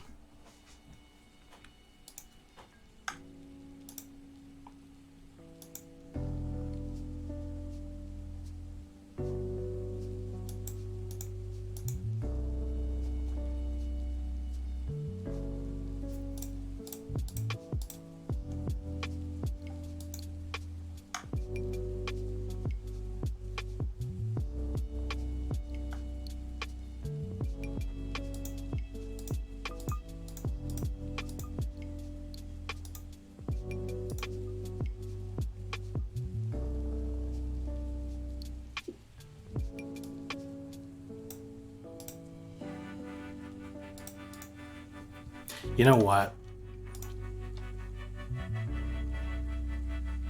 I'm going to hold off on... I'm going to hold off on the icon. It's not really important right now. And for me to get the icon to display a folder instead of a file icon, starts putting us down that road of implementing custom icons, and I'm not really interested in doing that right now. So for now, I will just do the text.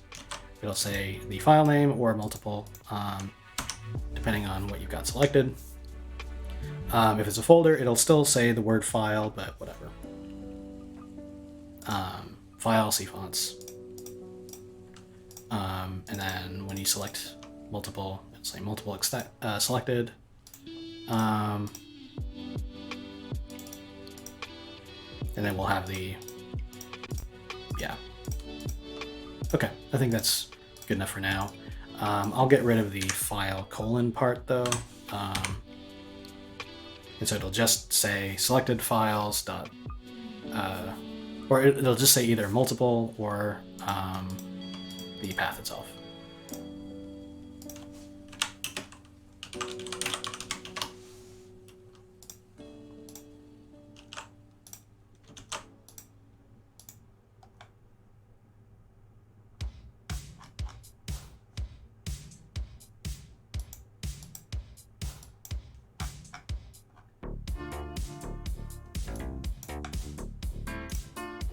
Okay, I think we're about done with this file, but let's take a look at this last block that is empty. If number of selected extensions is greater than 0 and we don't have multiple selections extend.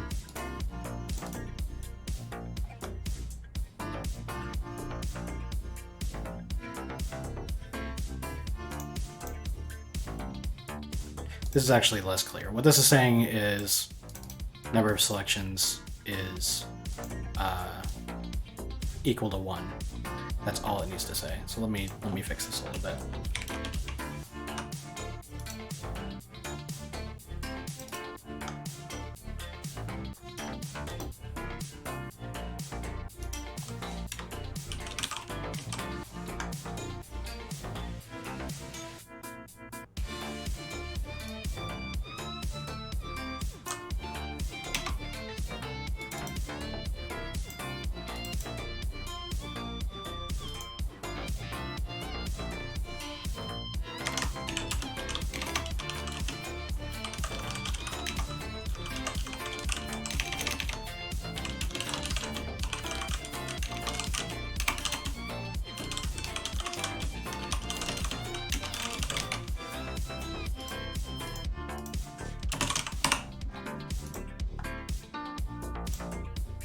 And then if it doesn't equal 1, it'll either be 0 or 2 or greater.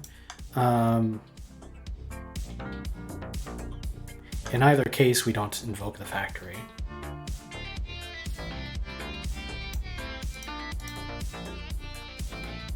Right, I think all we were using the else block for before was to set the value of is multiple extensions selected, and that's better done.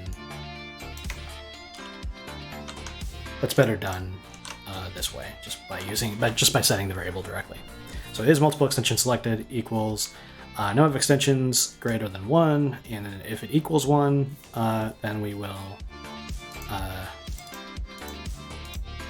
load up its custom inspector. All right, easy peasy. Just do a quick load, make sure that everything is working the way I think it's supposed to. Good. We show the path of where we got selected. Switches fine between these. And then when I got a custom inspector registered, it'll use that. Okay, that's perfect. That's great for an MVP. All right, ready to move on to the next thing. The next thing is platform helpers, Win32. We moved platform helpers up into the correct location in the header. That's literally all we did. And we added a line in here that is a little bit, we added a line to make this a little bit easier to read. And so those are cosmetic changes, technically speaking, but I'm going to throw them into the same commit. We changed the hash name to use const references. We added the polyunion type. That's going to be a big one to add. And I've gone over this code like a dozen times before I even threw it in enterprise, so I'm sure that it's fine. Though you know what? Let me real quick. I'm going to run the gendocs script real quick, and we'll quickly review the HTML documentation generated from all the code that we've written.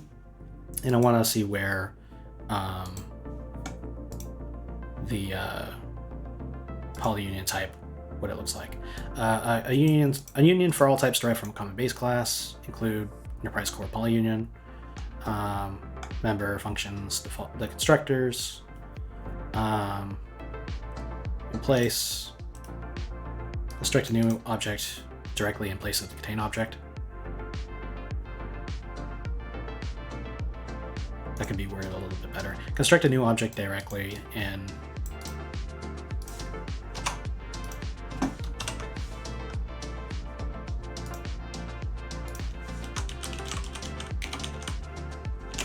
construct a new object directly in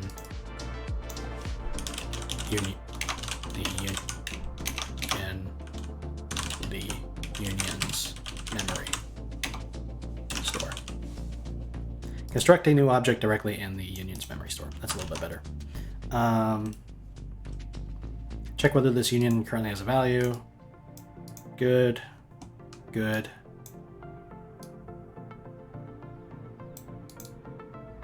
If the union is not empty, destroy the contained object. Access the contained object as the base class type. Good, good. This is the dereferencing operator, the arrow operator, and the dot value. And then we have dot as, which class type, class T derived. That's perfect.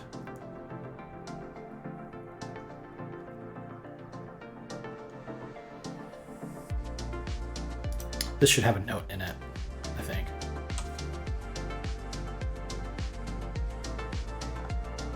Here, dot as. I have a dot warn in here, or an at warn in here, but it doesn't actually put it in the right spot. Why not? Is it? Oh, it's not at warn. It's at. Isn't it? I thought at warn was a tag type. Oh, it's at warning. Okay, so that's why we review this stuff. So if I was to generate this again and then refresh the page.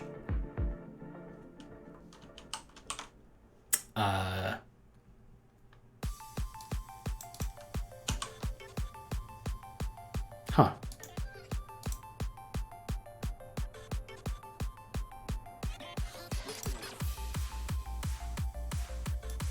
I don't see the warning.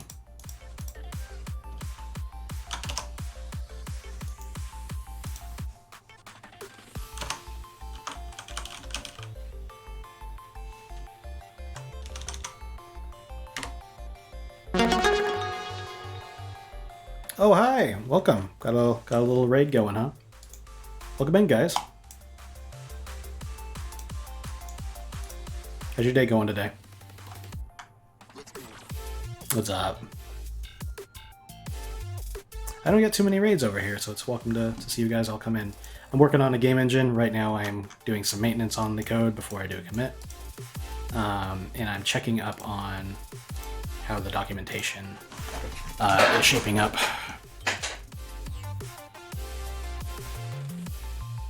Where'd you guys come from? What were you just watching?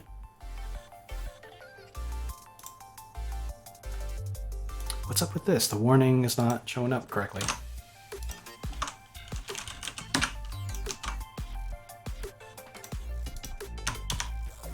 Did it just fail to generate? Let's take a look.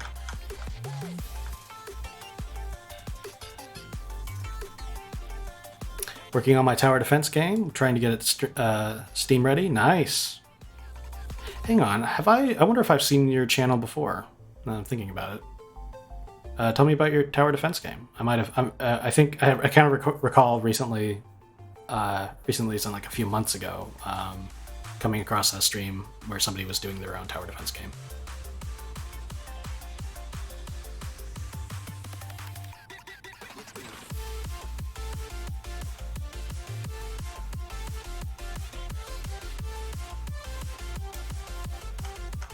Okay, so we still got a warning here from polyunion.h. Let me run the script again. Maybe it just didn't pick up on the fact that I changed the file.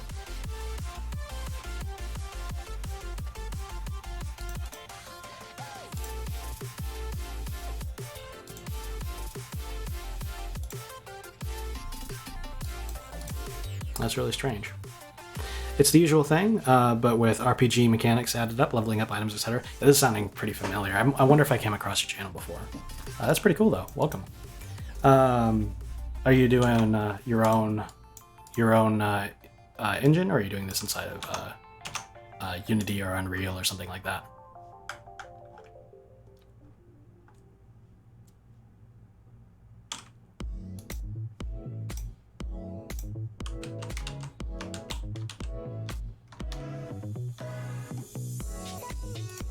You've been here before. I don't know if you talked about it.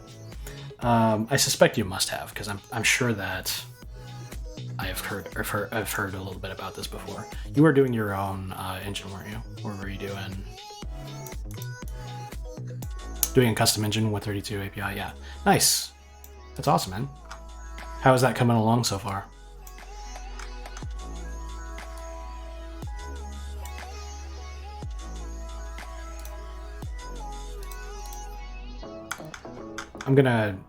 This probably doesn't really make a huge difference, but I'm going to go ahead and delete the old documentation and just regenerate it. For some reason or other, it's not picking up on the... Oh, this is what's wrong. Hang on. I put it on the wrong thing. Let me find all the @warns. And replace those all. Yeah, there's multiple of these. Replace them all with warning. Okay. And then if I go to generate the docs, it'll be fine.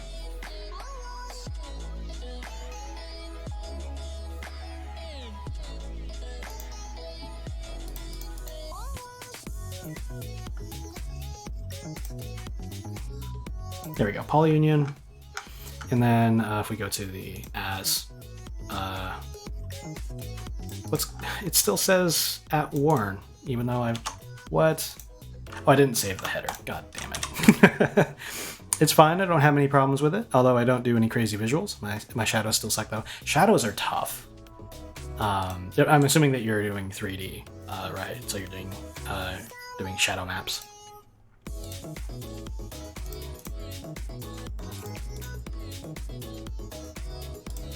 There we go. There's the warnings. Cool.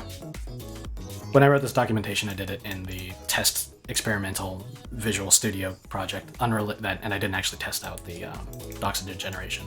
Anyway, confirm the union is not empty before dereferencing it. Perfect. Bam, bam, bam. Yeah, shadow maps. I'm eventually going to be doing a 3D renderer in this engine. I'll show you what it's like right now. Everybody's come in and they haven't even seen anything pop up.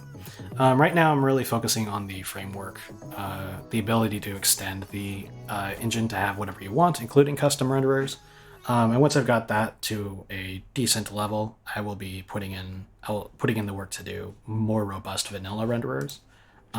Because I don't want you to have to make your own every time you make a game in my engine. Struggled my way through Learn OpenGL's shadow mapping tutorial. Yeah, it gets you started, but it's like shadow maps are like a really clever solution to the problem of doing shadows, but it's inherently got some flaws, and like the only way to make your shadows look good with shadow maps is to like spend forever figuring out the things to fudge, because it's not perfect. The only perfect solution for shadows is ray trace rendering, and that's not everybody's got a an RTX whatever yet.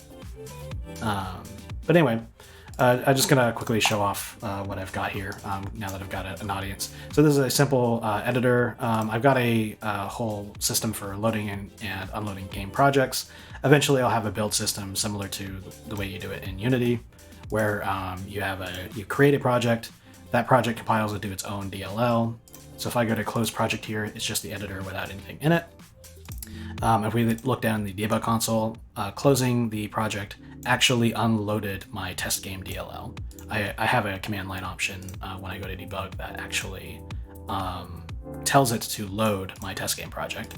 But if you open without one, you basically select a EP-proj file, which is your EP project, your enterprise project. And then it will find and load the correct DLL and locate all of the content directories and everything for use inside of the file browser, and most importantly, it will load up custom game systems. So if you wanted to add your own kind of component types, your own renderers, those would all load at that time as well. I don't really have too much going in the way of custom stuff in test game, but if we take a look at my testgame.cpp, this is the place that your game project, it's your game project's entry point. Really simple. We have game sysinit, which is where you initialize your game systems. I'm doing a simple renderer for the sake of being able to display stuff. Your cleanup call, and then you can set up your game as well. So I in this case, I have set up the ability to automatically bind whichever controller you're using to be player one, so that way you can switch between keyboard and mouse and whatever gamepad. And as soon as you touch a control on that controller, we receive a controller wake message, which binds that controller to player one. And then we push a test state, which is basically a camera controller. So if I was to load up a scene, I can do that by dragging and dropping, or I can just double click on it. I have a simple little scene that's loaded up from file where we got sprite entities, which are basically just regular entities with this sprite component on it. And the sprite component is a part of my simple renderer 2D. You can add any number of custom component types in the ECS architecture, and then they will be available to add inside of here. So we've got simple manipulation. We haven't quite gotten to widgets yet, but yeah, very basic stuff. We have also very recently, and we're wrapping this up right now, added the ability to do content inspectors as well. So we have EP texture asset files. This is where you set all your properties for all of your texture assets. And if you hit revert, it'll undo your changes. So if I click revert, it'll go back to whatever it was in the file. You can do multi-edits, so you can see that the path is mixed. But I can set this path to be another PNG if I want. If I can drag in a folder and then make the folder icon be the icon, and so on and so forth. And then we have a play in editor as well, where we click play, and then you're playing the game. This is actually very similar to just a 3D viewer. The one key exception is that this is running in the game code, so I can plug in a gamepad and actually use the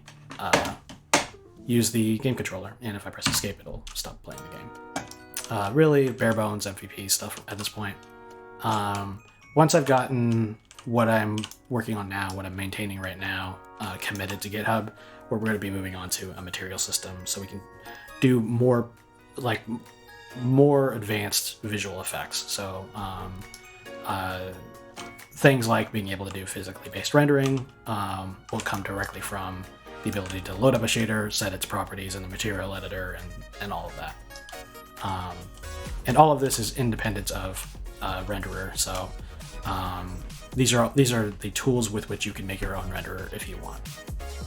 But yeah, that's pretty much where we're at, and we're just working on the cleaning up some things before posting them. The framework right now is much more important to me than the flashy graphics or renderers or whatever.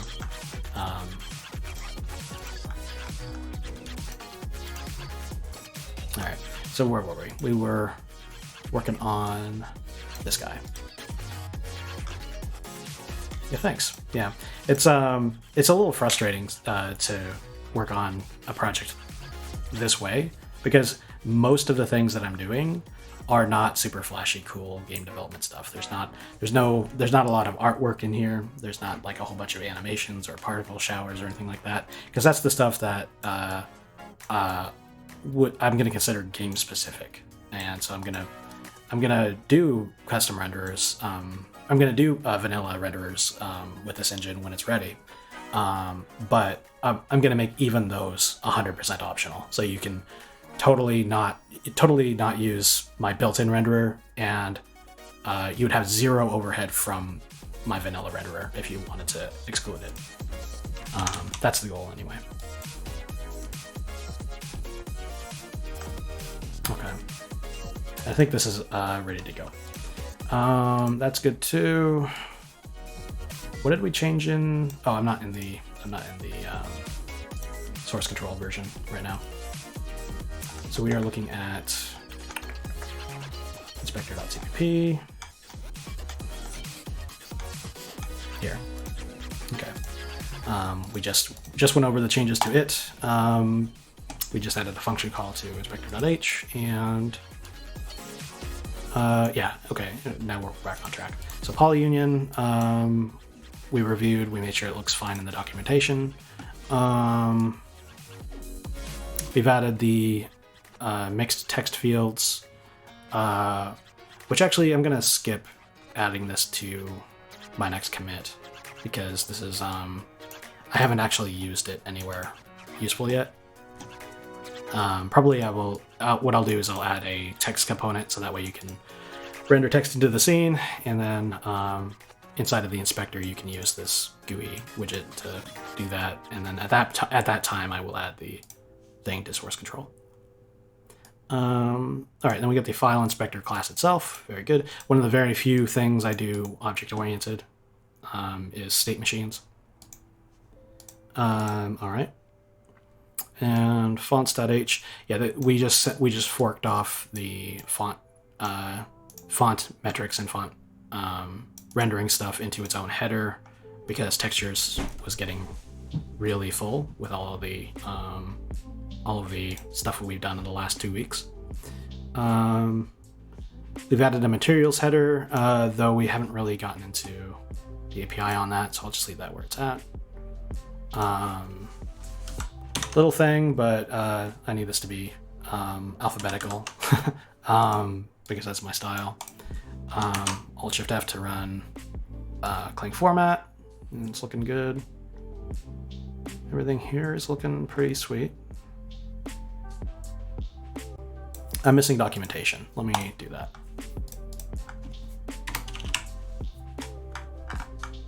Yeah.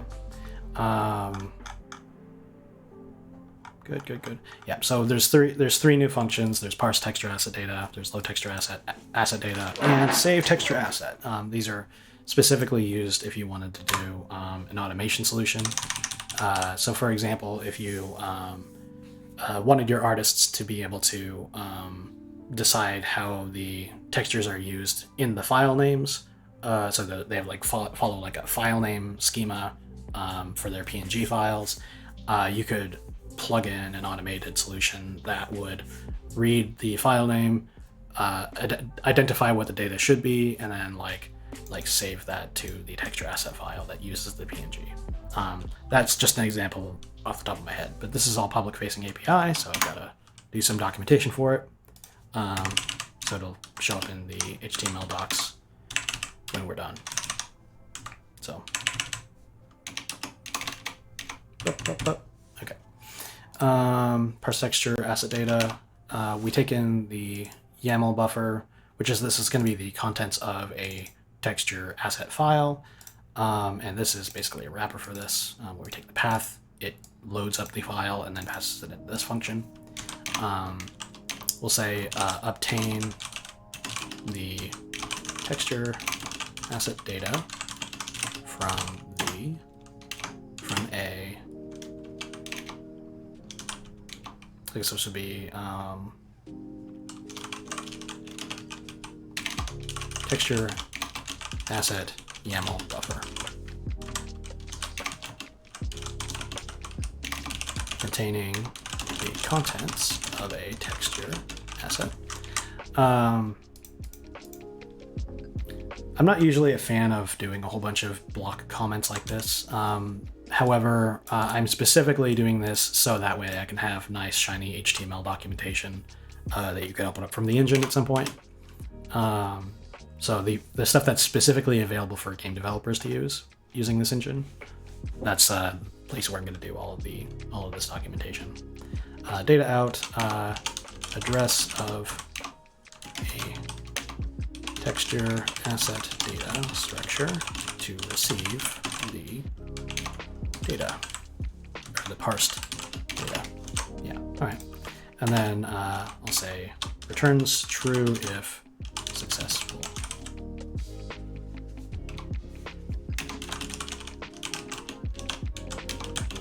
Perfect. And then I can actually copy some of these into these functions. So load texture asset data is very similar. The main difference is that we pass in the virtual path to the texture asset file. Using Enterprise's virtual file system makes it so you can portably access your game's content without worrying about your platform or the destination platform. And here we'll say obtain the texture asset data from a texture asset file. And under the hood, this function is basically just a wrapper for the other. We get the YAML, we construct a YAML buffer from loading from the path, and then we call parse texture asset data on it. But I do separate these in the public API, so that way, if you want, you could, if you had your own highly customized automation solution that you want to plug into the engine, like maybe you want to store a bunch of texture assets into the same stream or something like that, then yeah, you could do the parsing separate from loading up a file. Cool. And then this last one, save texture asset. This will be this is where we serialize the data out to a file. So we'll say serialize texture asset data to a texture asset file. We'll say path the virtual path to the texture asset file. The data will be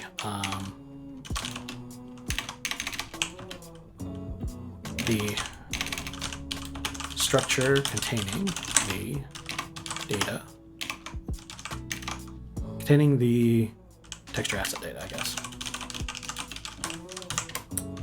And we return true, successful, false, otherwise.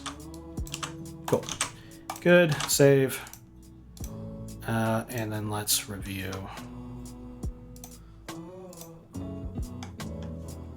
In here. Textures.h. Good. Okay, we added the missing documentation, and all this stuff that's removed on the committed header, that's all font stuff that's been moved to fonts.h, so we're good with that. Perfect, that's ready to commit. Oh yeah, then I had made the stylistic change to change the headers for the built-in renderer 2D to use the same header style as a game project would.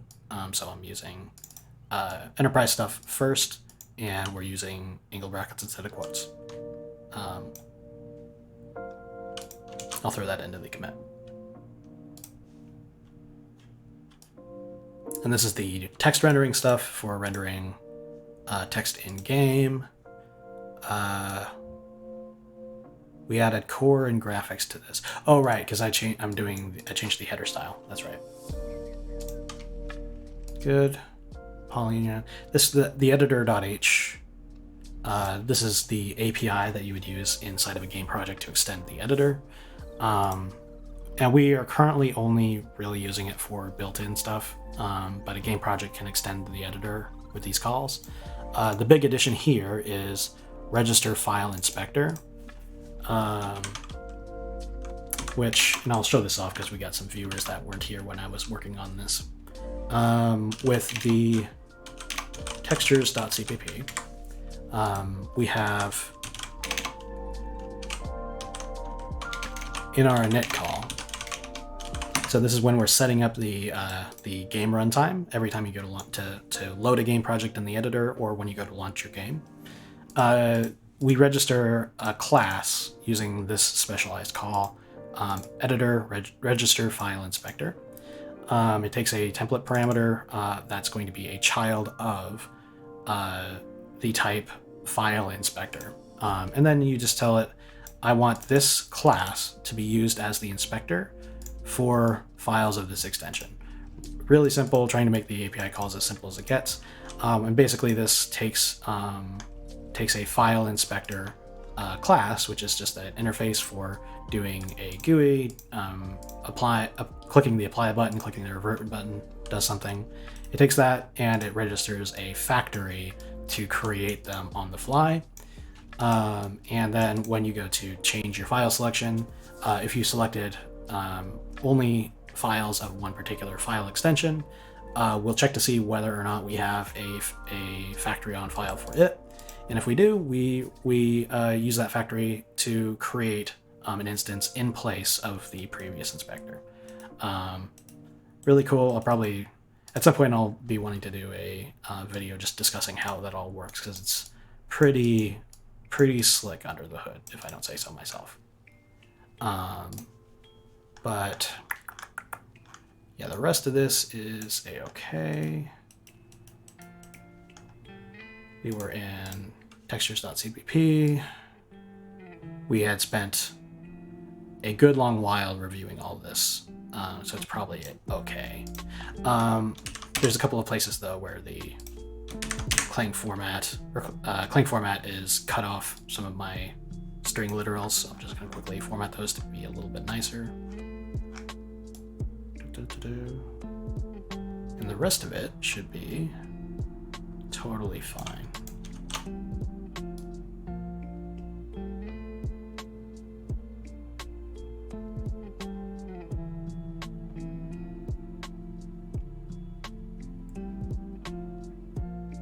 I take great pains to make sure that my code remains readable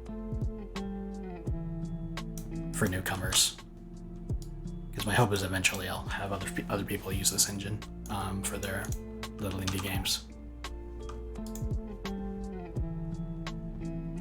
Cool. Yeah, and that's good too. I think we're nearly done with the audit, because all of the stuff in the test game folder, that's not going to be committed by design. Good. Yep.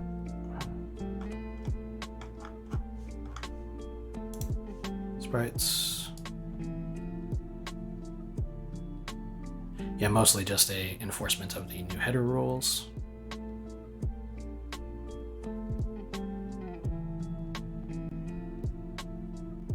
We have a guard here against deleting a sprite component if we don't actually have an index for it inside of the sprite pool. That's a bug fix, but I'll roll it into the same commit. There's a whole lot of things we had to touch on. What's the workflow supposed to be like? Compile a DLL that the engine uses. Ooh, well, the short of it is that the workflow from the game developer's perspective, you don't have to think too hard about it. When you're making a game project, you'll have a single project with a single code base that's compatible with both the engine and the standalone game. Under the hood, we've got a lot of robust handling, and I'll go ahead and show this off a little bit. I've already shown the editor, so when you go to work on your game, it will load in as a DLL, something that can be loaded and unloaded at runtime, so that way you can recompile your game code and then it'll refresh its behavior in the editor. It's doing a quick recompile because I went and changed the formatting on some headers. This will be done in a second. We also have a launcher application, which is not unlike the player in Unity, if you're familiar with that, where you have a DLL that represents your game code. But the only purpose of the application is to run your game code. So here we've got a test project loaded. It's kind of hard to show off the framework visually, but like this whole thing where we have a renderer, this whole renderer is actually not part of the engine specifically. The renderer that's showing these sprites in the scene view, that's actually an extension, and you can add extensions, any extension you want from your game code as well. So you can make your own game-specific renderer code, and it'll interface correctly with the scene and view and whatever. But yeah, if we were to run the launcher target, this guy, it'll actually play the game with your game game's initial starting point, and in my case, I've hard-coded it to load this scene and give me these controls. And if you press the back button on the gamepad or the escape key on the keyboard, it quits. That's literally the same code being executed in the editor when you click play. But the one key difference is that in your entry point, game sysinit, where it sets up your game systems, is called. But when you're launching the game or you're playing in the editor, game init is called to actually set up your initial game state. And in this case, we are simply pushing a game state, which is the global state machine, and its only job is to give me a camera controller. And we load up a particular scene file. But if I wanted to, I could change the contents of this function, and it would change what the initial game state is. And then we have editor, play init. This is one that's specific for play in editor. If you wanted to be able to, for example, like right click on a spot in your map and then say play from here, eventually that's what editor play init is going to support, but it's not fully implemented yet. So you do the set up your entry points here, and then it works inside of the launcher or the editor. However, when you're shipping a game, we actually do a static library version of your game code. So I've changed the build targets to be test game, and this will look identical to the launcher, but the main difference is that your the engine library, your game code, all of it is statically linked together into a single executable, so you don't have any DLLs at all. The only DLLs that you'll need to have access to are like the OpenGL DLL and the Xinput DLL, the platform-specific DLLs, which you don't actually need to install in a lot of cases with your project. So this game here, game window title, this is an all-in-one exe. It's subject to link time optimization, which is a big reason why I do it this way. So that way, when you go to compile and link your shipping game for players to have, it gets a tiny little speed boost. May depending on the way your code is written, maybe a significant speed boost, where the linker is not optimizing just internally into your translation units, but it's also like considering how everything is stitched together between the engine and your game code, and it can take shortcuts to make the entire application a little bit faster. Link time optimization is great. I think a lot of people should be enabling it, and I don't really see any reason in the year 2022 why you shouldn't be optimizing at link time anyway. But yeah, so that's the gist. You write your game code once, and it works in all of these systems. You just change whether you're going to be hot reloading it into the launcher, hot reloading it into the editor, or if you're shipping it as an all-in-one exe. Big long answer, but I think that it's going to be a good way to work once everything is set up, and hopefully the process will be as painless to figure out as a new developer as possible. Anyway, we're very nearly done with my audit, and we will start doing commits after that. The things that we've been working on for the last couple of weeks, everything is so interrelated between the editor, the inspector, the content browser, and the textures API that we just wound up having to change a whole lot of files at the same time. I'm not usually a fan of doing monolithic commits like this, but I think that wound up being the best way to approach this particular challenge.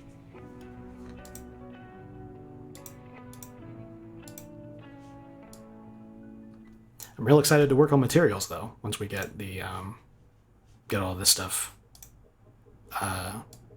finished up.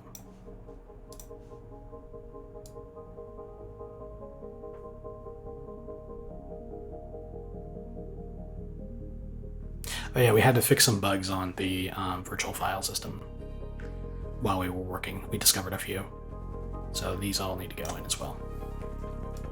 Cool.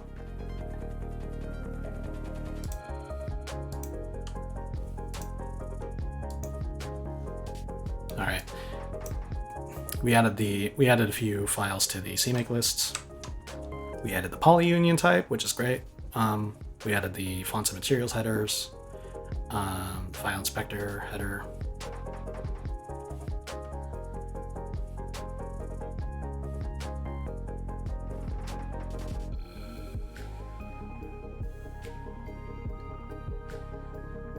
Yeah, we added C-string and utility for a few implementation details to the precompile headers.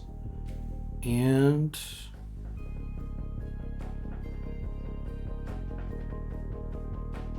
yeah, we got rid of a redundant check for YAML CPP, and we added rapid YAML.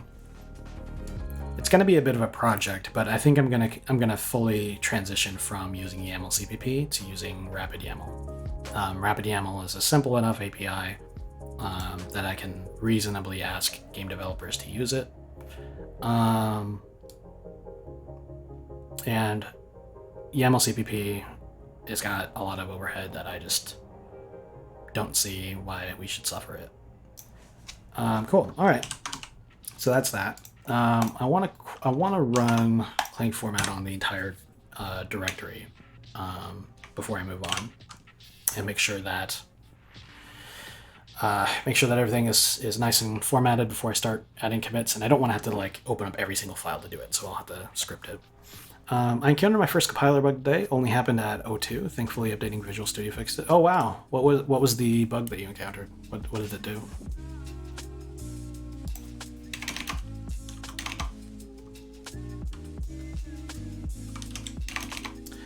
I wonder how long ago was my last attempt to do a Clang format. Okay, here. Wow, that's cool. I think this was like weeks and weeks ago. I tried to do I was doing full-on Clang format for my entire directory. It's a kind of a big long script, but it's still in my memory, so I was able to just scroll up and get it. Float's not being passed properly into functions somehow. That's interesting. Wow. Huh. And at 02. Yeah, that's interesting. But they fixed it sounds like, so that's good. What version was that, by the way, that you encountered that problem in? And were you using MSVC, or were you using like Clang for Visual Studio?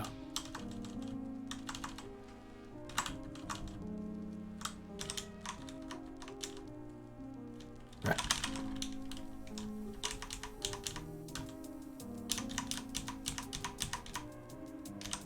Okay, so I think this is the one. Let me read the script to make sure. So we get child item path. So we're looking for every header file in the editor source, every CPP file in editor source.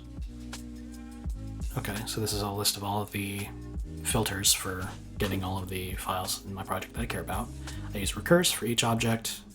We process, we call program files, LLVM bin, Clang, formatting. Okay, so I'll run this now. I might want to just save this as a script so I can run it later on. But anyway, I would draw buttons, and they would have either the proper X or Y coordinate, but not both. One of them was always 0. Interesting, huh?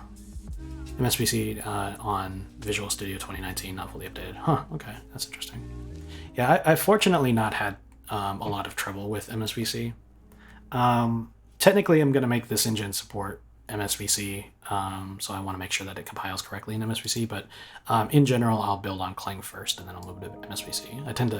I've grown to appreciate Clang and its nicely formatted error messages. But yeah, I have 2019 community and 2022 community now. I still use those for little experimental projects or things that I'm not doing multi-platform. But yeah, those are up to date, so I'm glad I'm not going to run into the thing that you did, that you had to. But yeah, let me open up a file real quick. I'm just going to very quickly confirm that the script does what I think it does. If I run it, it should do Clang format on this file. And it did. Yeah, perfect. So that's every single file in the project that I care about. We just ran Clang format on it. All right, so now let's start committing things. We already have the rapid YAML module added here. I'll add this in the same commit. And we will start from there.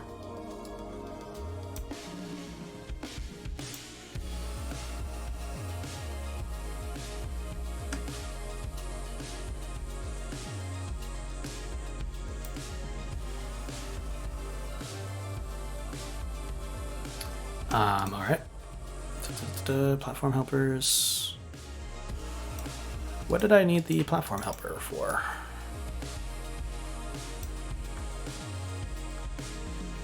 Did I have to do string conversions in here? I did. And oh, okay. So this is just a case of me correcting a transitive include. Okay. That's good.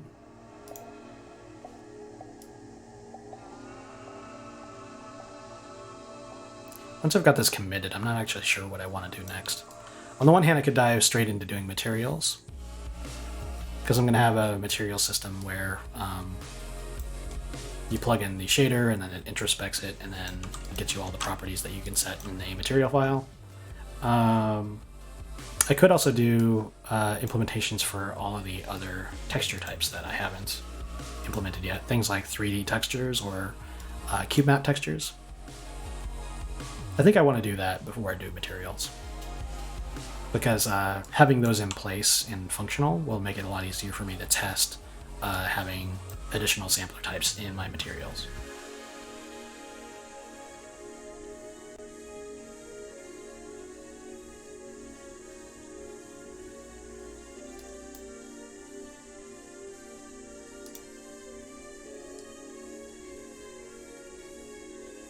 Good. This is good.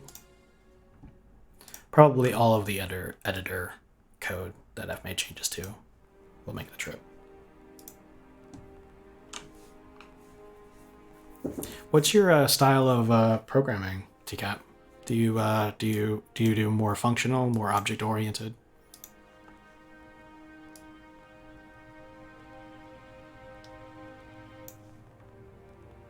What are your philosophies on programming?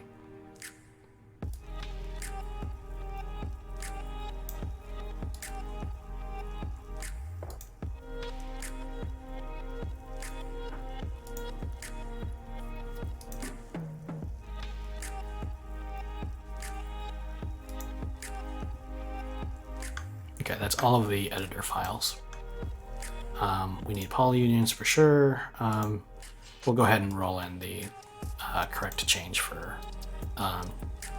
change to using constant string references instead of just mutable string references.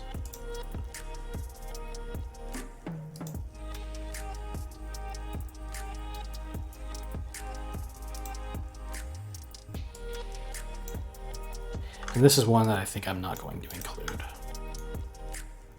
because we don't have a need for it yet. So I'll hold off on adding the mixed input text widgets because we haven't had a need for it yet and we haven't tested it. This will be probably only useful for widgets that actually take like paragraphs of text. Because otherwise you'll just use a text input IMGUI widget. File inspector definitely makes the cut. Fonts.h makes the cut. I don't know what it is called. I just try to write the thing in the simplest way possible. I try not to use any libraries. Okay, yeah. I've become a little bit more accepting of using third-party libraries. But yeah, I kind of have that same mindset where it's like, I should probably do it myself if I can.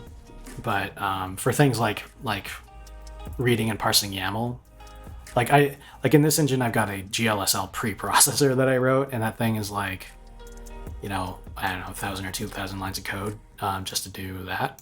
And like, if it's something that somebody's got a library for and it involves parsing, I tend to just use a library like STBI or something. Yeah, writing simple code is a good aim. I myself try to do functional style programming, where I'm not doing a class for every little thing. Particularly because I'm making a software framework. And a lot of the stuff that I'm doing is like a wrapper for functional style APIs anyway, like OpenGL is you call a function and the function will set the state for your rendering, and then yeah, it's completely functional. So I'm not doing things like static classes as namespaces. I'm just doing a namespace for each system, and then you call the function that you want.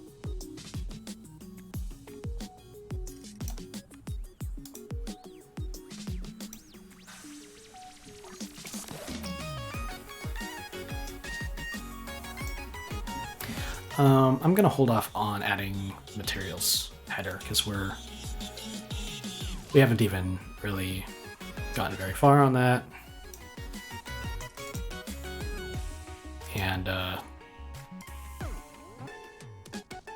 we basically just like put it on the back burner when we realized that we needed to do a more robust solution for textures. And then that got us into this whole thing about setting up content browser inspectors, and yeah.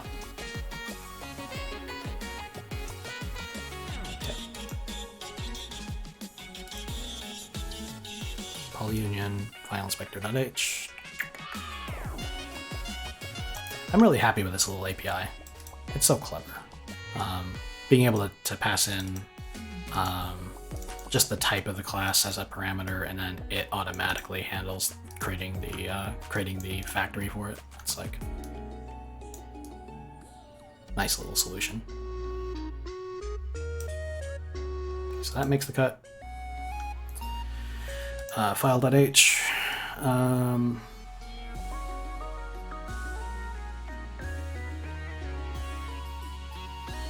Yeah, we needed, I can't remember why we needed this, but we needed a version of the exists call that takes a string view instead of a string. Yeah,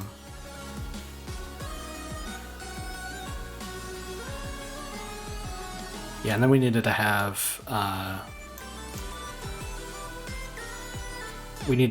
C string version of the virtual path to native.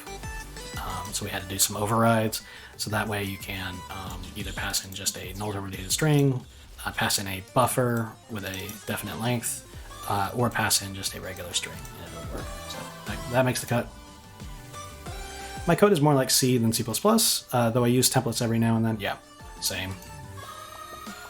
There's plenty of things that, like, I mean, there's folks that say object-oriented programming is the devil and you should never ever use it.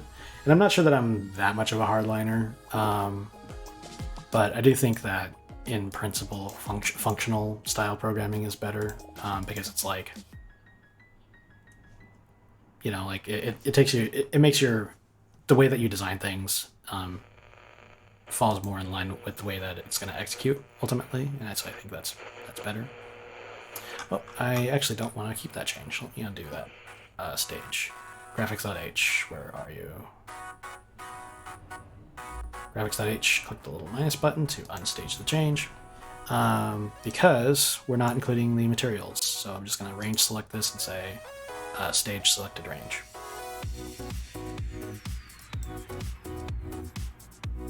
Okay, and so materials.h will not be committed.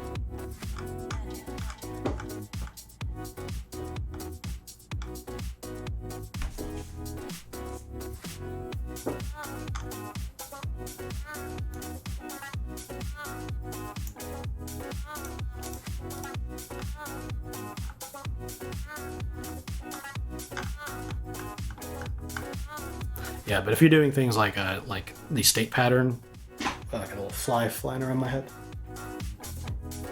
Yeah, it disappeared. If we're doing things like state machines or whatever, then classes are just the way to do it. Like, it's because it couples the execution with a state of memory, and that's great. But yeah, making a class just to have a function in it, and just, yeah, doing singletons everywhere, that's not the way I prefer to write. I lost my place. Where are we? We're inside of the engine headers, so that'd be graphics. Here we go. Graphics.h, there we are. Yeah, so we skipped over the inclusion of the materials header. That's good. We'll include all the little formatting fixes that we had for the headers. Did we use is valid ini key name? Oh, we moved it. That's right. So that makes the cut. Fonts. This is literally just the stuff that we had in the fonts in the texture internal header before.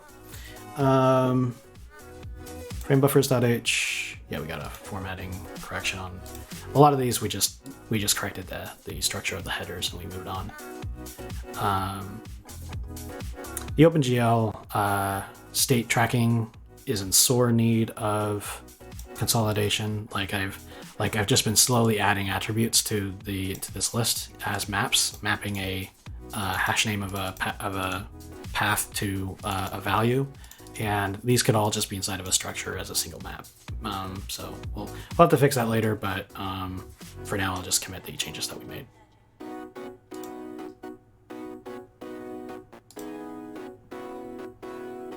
Yep. And then we have texture inspector.h, which is important, but we have a lot of commented code out in here right. So this is the stuff that we had previously used to track the state, and we consolidated that all into a class type called texture asset data. Sorry, a struct type. So plain old data, but yeah. Field data. Yeah, those comments are fine. This is something that you wouldn't ever see as a game developer, so I'm not bothering to document this class. This header lives in a special limbo folder called EP internal.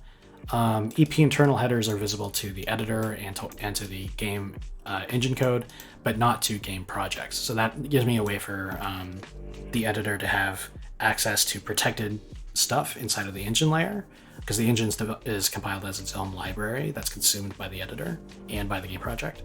But it allows me to prevent that from polluting the headers that game developers see with a whole bunch of implementation stuff.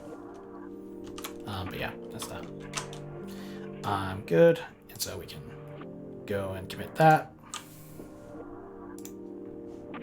String view. Shared library exports. Right, so this follows our pattern of doing the main include at top, then the standard library headers, and then your internal headers. So that's good. So texture properties, implementation, and then more examples of maps that I can consolidate into a single data structure, but I'll worry about that later because that's going to be probably a decent sized refactor. Formatting on the header was changed. Same here. All right. Same here, same here probably.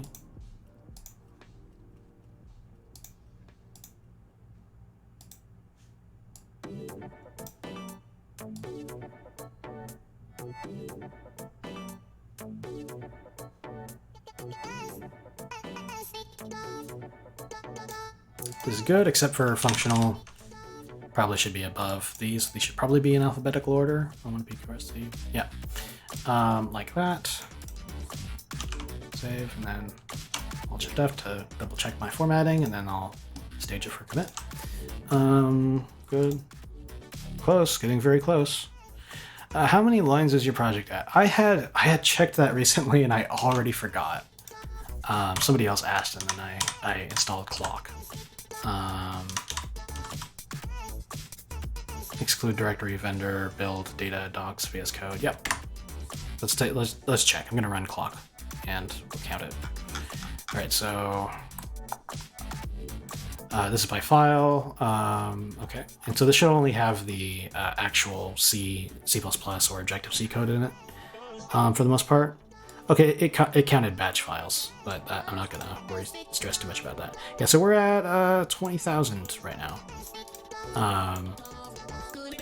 Definitely higher than I thought it would be, but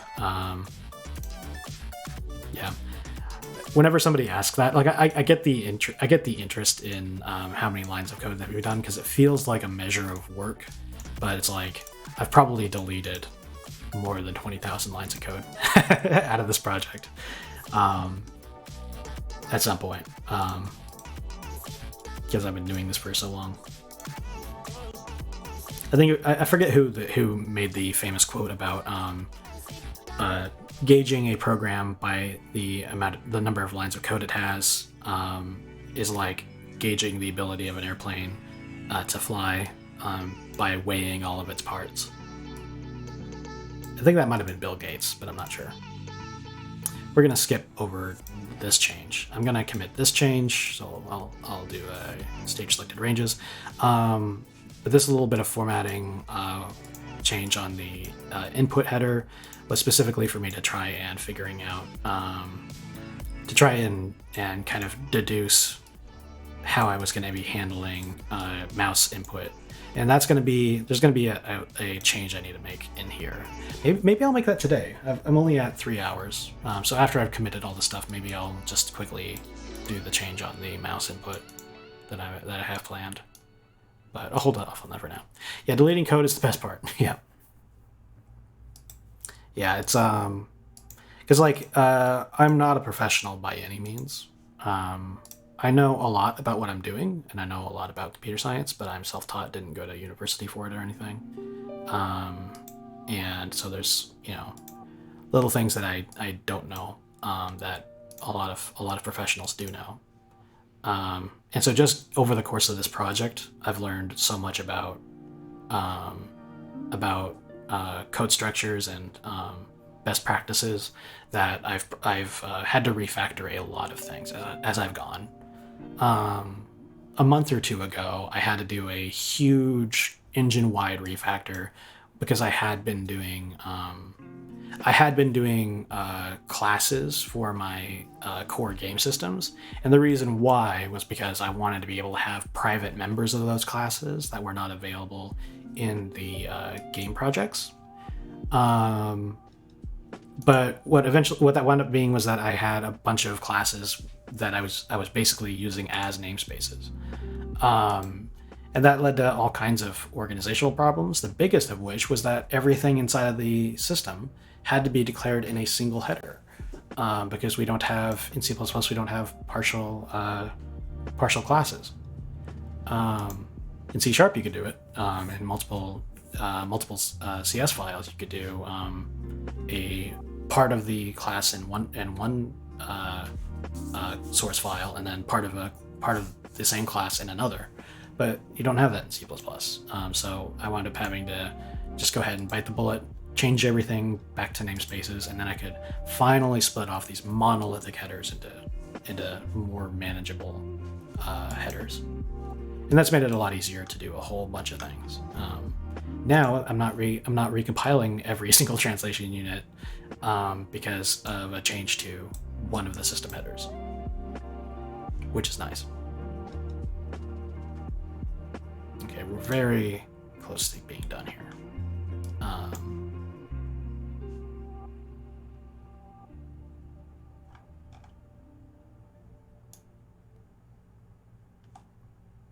You know, I do need to include vector. Whatever. I'll stage vector. Do we use string anywhere besides the? Yeah, the only place that we use string is inside of the API that I'm not going to include.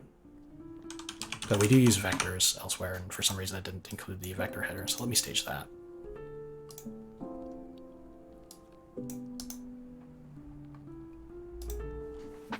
Yeah, so like for example, for things that I've had to like change over the course of the project, when I originally started, I didn't even know how to use Git, and I was building this in Visual Studio Community with solution files and stuff like that. And then I eventually had to figure out how to make it run on Mac, and then that led me to learning how to use Premake. And I also learned Git around the same time, and so I had transitioned to generating my Visual Studio project from Premake, and then generating a Xcode project on my MacBook using Premake. And then I needed to transition to adding an editor and having the ability to have an editor and a launcher and a standalone game project all be able to compile the same code base but use it different ways. And it just wound up being too complicated to do in Premake, so I wound up switching to CMake, and I've learned how to use that. And that has made my life so much easier. Premake is, I think I want to use Premake for, sorry, not Premake, CMake. I think I want to use CMake for every little project, probably, going forward.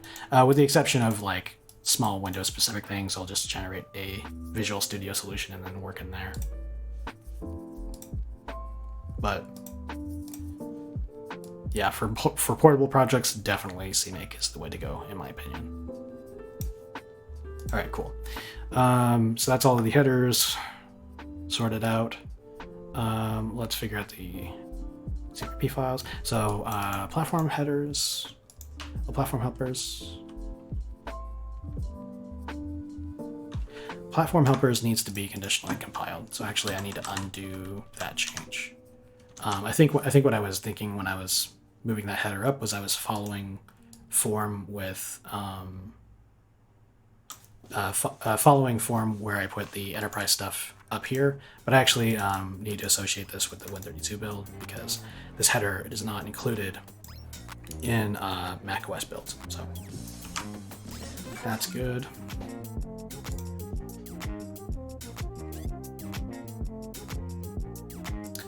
Same thing here, actually. I need to undo that change. Okay, hashnames.cpp. We have just simply switched to using const string references for the definition of that function. That's good. Stage that.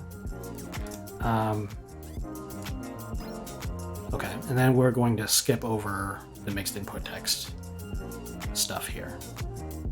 So we'll skip over that file. I'm sure this is making for riveting television. Everybody likes to watch somebody go through 1,000 files and commit specific things.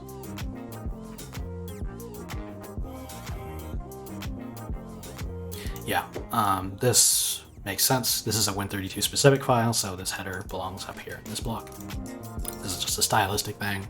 And then I added a quick change to load text file to fix a bug where trying to reuse a buffer for loading a text file was causing it to behave incorrectly because I didn't clear it. I'm compiling with a .bat file calling cl.exe. I also compile the entire thing every time. It takes about 3 seconds. Nice, yeah. You're doing a KC Muratori on your compilation process, huh? Yeah, it's handy.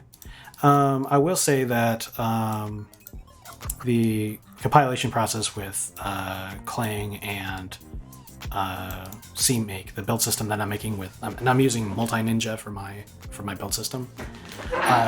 That's pretty quick in a lot of cases, but because I'm compiling a lot of files 3 times over for different projects, and because it's more complicated than a batch file, it can sometimes take too long to compile certain changes.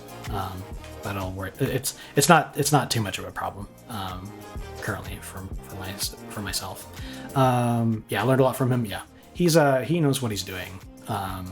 Though he is a strangely hard line about things that don't matter.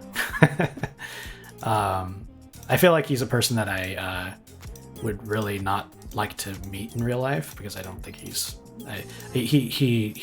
acts and talks in ways that makes me think that he's probably kind of a jerk in real life.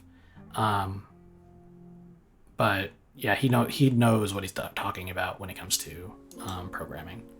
Like he knows like exactly what problems he's trying to solve, what paradigms don't fix which problems, and he's kind of a no-nonsense kind of guy. He uses C++ just for structs and for operator overloads, and that's about it.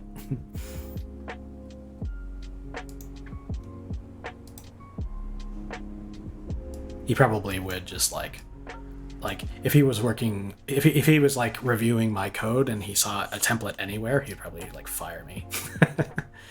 I get that. I personally love the rants though. Yeah. I think for me it depends on the rant.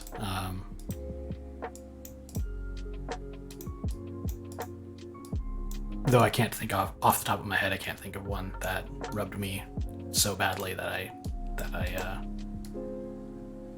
remember it.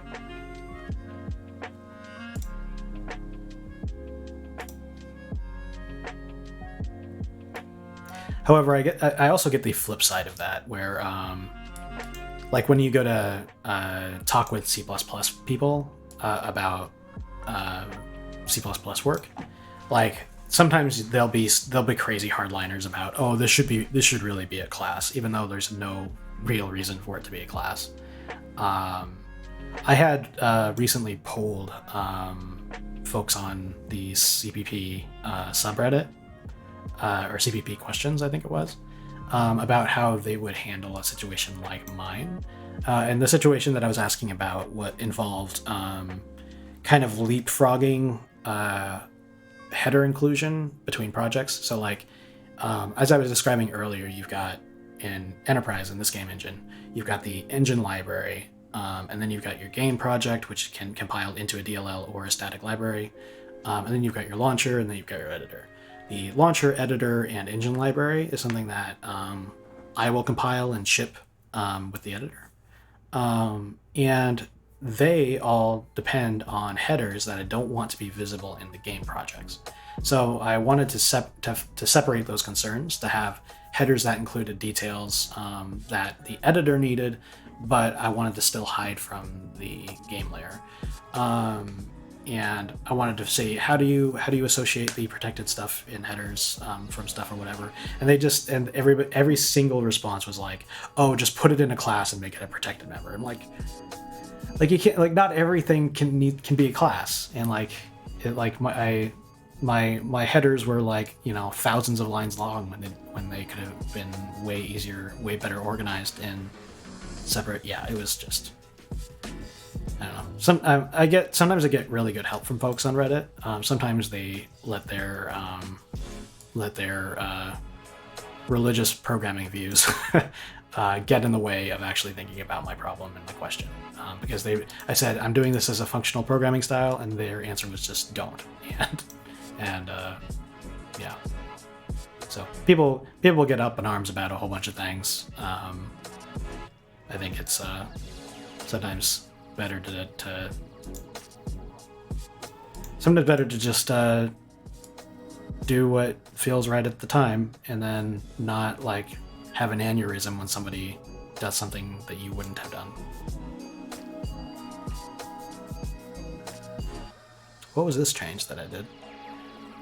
Oh yeah, target type of texture. This is a tracker that I didn't have before, but I need it now. I think I had to add that tracking to avoid problems when I split off certain texture functions from each other. Okay, and then this is the materials CPP. We are not doing materials in this commit. This is basically just basically nothing's going on in these files anyway. There's the declaration of that state tracker. I need to commit it. And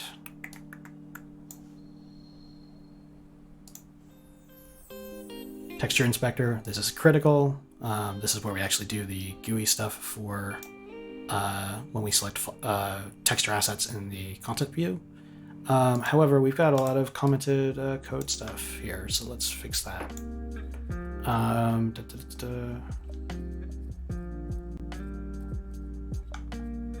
it's all looking good up top.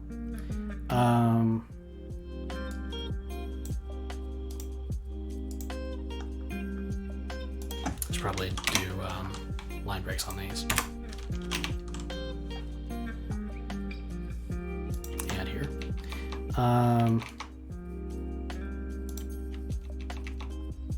Okay, down here. Only if type equals 1D array, 2D array, or 3D. Right, so this is a reminder of the things I have yet to implement in the widgets. I have this stuff documented elsewhere in a Word document, so I'm not going to like forget what I was going to put in there. I'll delete it, run Clang format with Alt-Shift-F, and then hit save. And then that's ready for commit.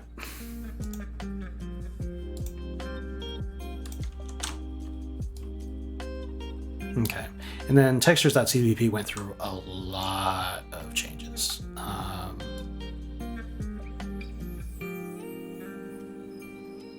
Because we had to split off a number of things. Previously, we had, when we were loading textures, we would load the texture image data and set the properties on it simultaneously. Those are now separate calls, so that way, when I make a change to a texture asset in the inspector, it can update those properties without having to reload the buffer from file. At least that's the idea. Yeah, all the rest of this is good. Window underscore 132.cpp. Reddit C++ people would definitely not approve of my code. I don't use a single std. My main file is 20,000 lines long. Why would you do that to yourself? And my biggest function is 8K. Yeah, I mean, like, I'm not necessarily opposed to the biggest function, or the biggest function being 8,000 lines of code, but your main file being 20,000 lines of code. Why is that? Why do you have it? Why do you have such a long main file? I'd be curious to know.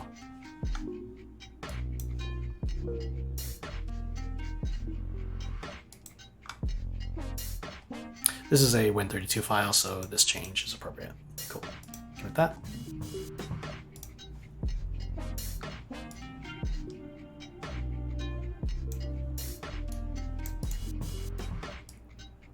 All right, and this is just a header format style change, so we're gonna commit that.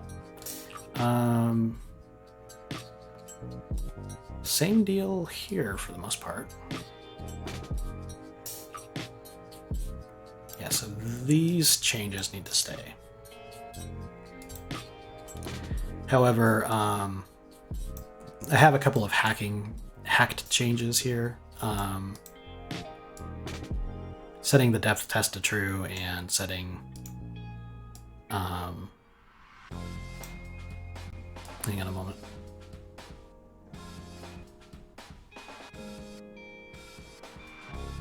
There was a number of changes in this file that I know I'm not going to keep because they're just there for the sake of testing things in the editor.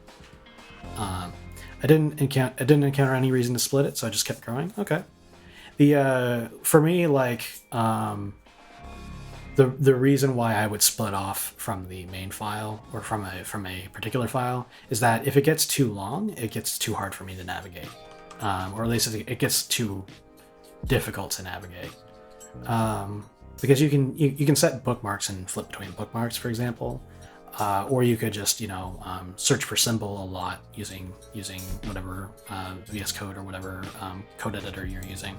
But it's like, it makes a lot of sense to me to be able to like look at a file, be able to see like the mini map like I'm using on the right hand side here, and be able to just like see where you are in the file, and like, I don't know, mapping the location of the thing I'm in to a certain position of the file, that's like a mental shortcut for me. I guess it wouldn't be for everybody, but yeah, I totally split up files just for the sake of keeping them shorter, just so that's easy for me to read. But yeah, that on its own, having a giant main file doesn't necessarily mean that you're breaking with any important paradigms.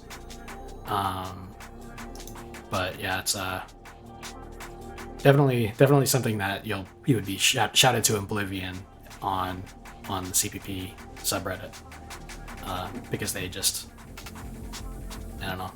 It's not like they're all bad or that they're all unreasonable animals, but like if you do something that's not the newfangled object-oriented style C++, then you'll probably get some bad responses, and then they'll downvote you, and then you'll never get the good responses. They have been very helpful in other places, for other kinds of questions I've asked them, though. So I'm not going to say that they're all bad, but there's a pattern, is all I'm saying.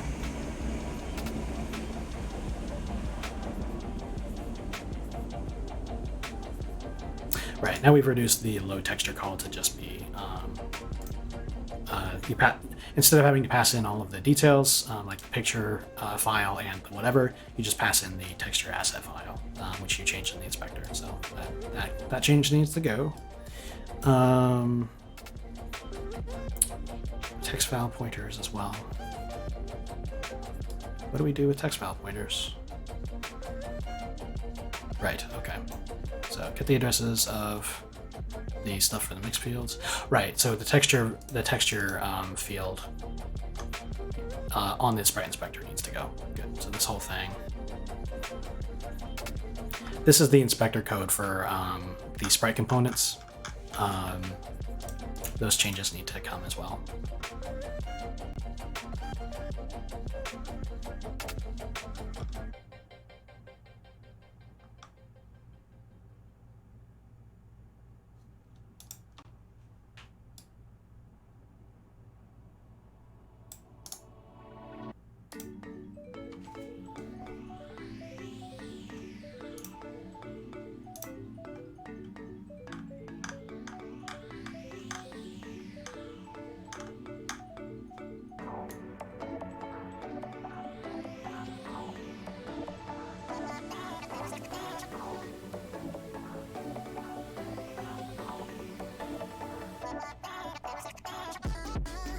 You know what, screw it. I'll go ahead and commit the hackery I've got going on. R2D is my 2D renderer. It really doesn't do anything. Its purpose is to be a placeholder for an actual renderer, so that I can test engine features. Yeah, that needs to come.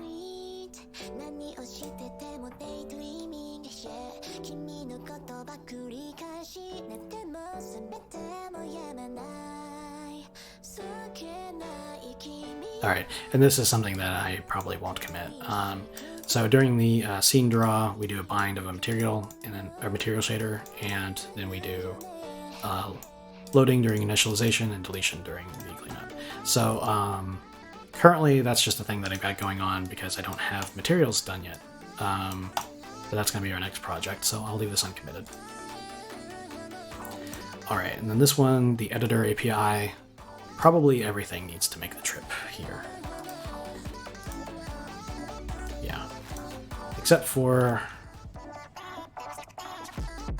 this.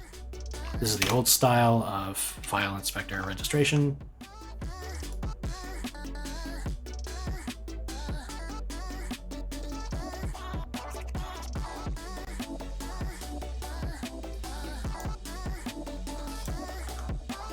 Right?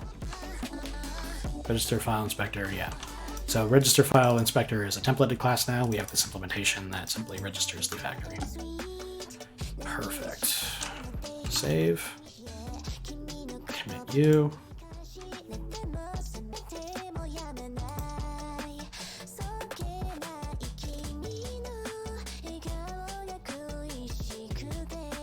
And there were a number of bugs that arose from the use of this, or the use of the file API that we have fixed in the process of getting the inspectors to work.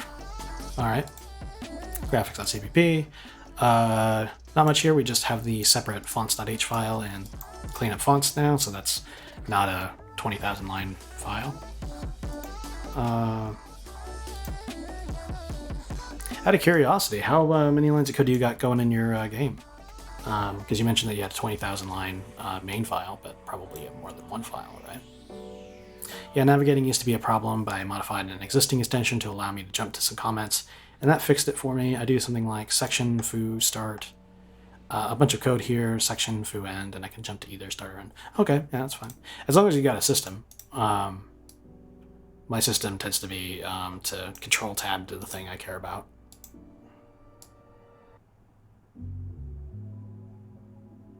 Okay, and then this file was modified for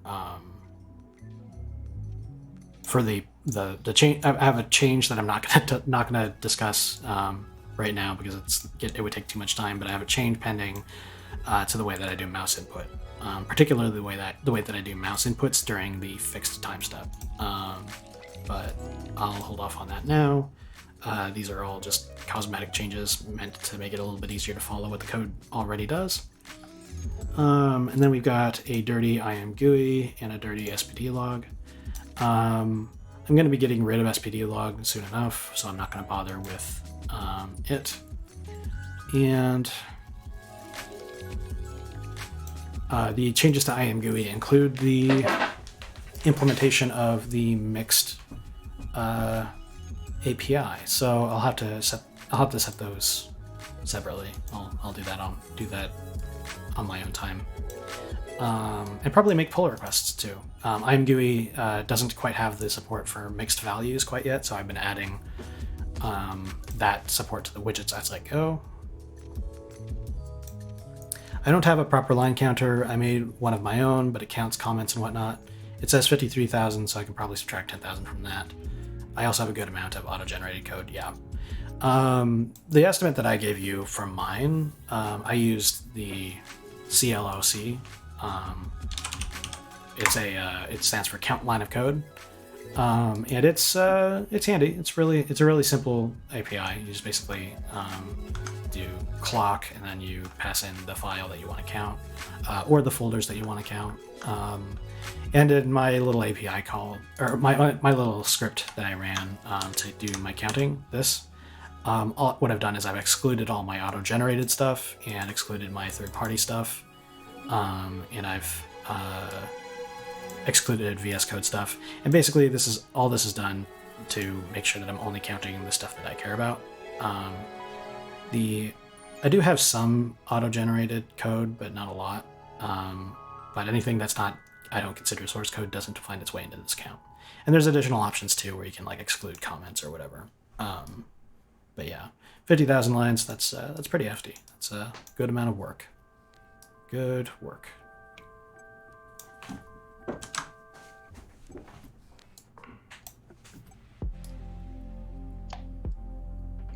Polyunion, fonts, materials. I'll include polyunion and fonts, but I won't include materials. We're so close to having this done. Your auto-generated seems to be about 8.6 thousand lines of code, so quite a bit, yeah. That is quite a lot. But that's why you've auto-generated it, because it would be ridiculous to type all of that out. Okay, we need the file inspector, INI helpers, texture inspector, fonts. We need those additional standard library headers. We've moved INI helpers. So we'll shift click all of these. We'll exclude materials.cpp again, stage selected ranges.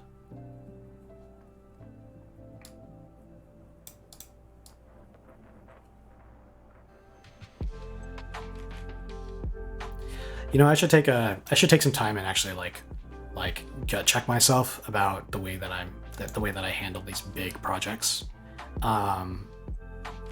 Because my workflow tends to boil down to doing a whole lot of this, where I do a big project, I have a whole bunch of changes, but then I have to like sift through the code changes to make sure that I have everything spelled right and everything is you know, squeaky clean for commit, and then excluding specific things. I should probably come up with a better way to live than what I'm doing right now. We do need to add the rapid YAML dependency here, stage selected ranges. I tend to do the opposite, way too many commits, yeah. Now I do like that. That's my preferred style, I should say. Normally, what I do is I'll just do fix the one thing, do it in as few changes as possible, and then just commit each little fix. I tend to not do monolithic commits like this all the time, but when I'm doing a huge project, like the project that I was working on that I'm committing now is coming up with texture inspectors, basically the ability to change texture stuff. And you have to, like, there's so many interlocking parts to that. I had to, for me to make that work, I had to do an API for inspectors in general, set that up to work so it'll display any custom inspector that I have loaded up, then make a custom inspector, and then change the texture API change the textures implementation so that it would actually function correctly with the inspector. And like all these like changes beget changes, and none of it works until all of it works. And then I find myself in a situation where I'm having to commit a bajillion files at once. And that's not necessarily a bad thing. The bad thing is spending 10 years looking through the diffs like I'm doing right now. But I don't know. All right, I think that's everything, actually. The test game folder, literally everything in there is just to confirm that everything works. It's not even, I'm not even committing anything in the test game at the moment. I'll only commit things that like demonstrate how the code base works. Once we're at a point where I can start assembling a project using a editor generated build system. But how many files did I commit? I just staged 60 files. 37. Let me look at this. I've skipped over individual changes in like 10 files or something for the engine, and then the rest is like, yeah. I don't know. Maybe I should start adding my test game to my git ignore, but there's sometimes I do need to commit things to test game, so it makes sense for me to leave it. Yeah, I don't know. Anyway, so we just did a whole bunch of work. Let me quickly review what I've done in the IamGUI project. Basically, we have implemented a few mixed widgets. So what's this one? This is the begin combo. So for combo boxes, we have the ability to display a mixed flag. Technically, that's a cosmetic change. And then we did the same thing for, it looks like this is for the text input. No, that's for drag scalar, yeah. Yeah, so I can actually ignore all of this for this command. Yeah, if I'm doing big reworks, I go the other way. I recently switched from client server to P2P, and there were multiple thousand lines changed commits, and not even with good commit message. Oh yeah, you gotta have a good commit message.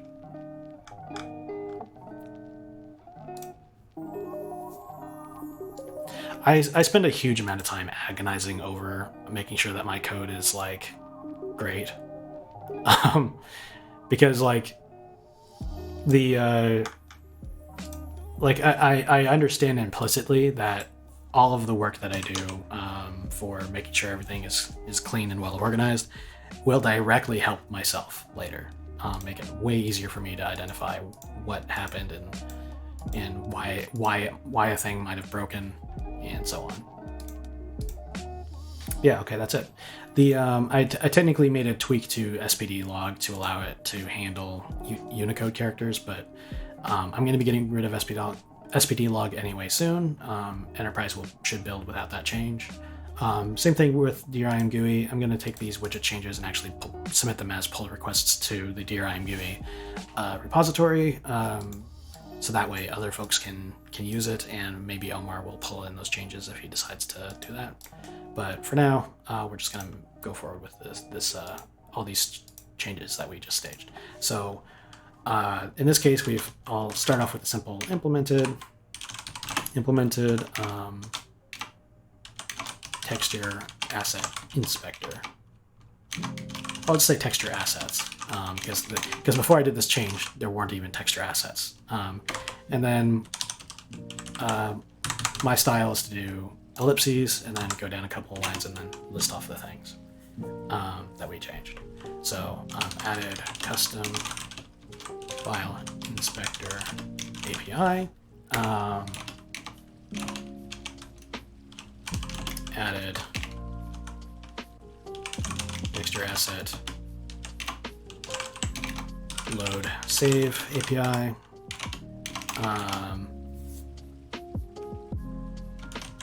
added rapid YAML. I was using YAML CPP for a while and then stopped because it was becoming too obvious that it was not very efficient. And rapid YAML is probably a way better way to go anyway. I basically just got tired of writing try blocks because it uses exceptions as part of its proper use.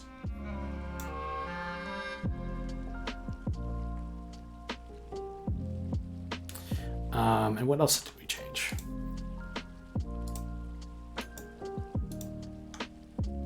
I guess I would say added. I guess this belongs up here. Added file inspectors, meaning that it when you select a file, it will override the inspector window, and it didn't used to do that before. It used to only do selections on the entities themselves.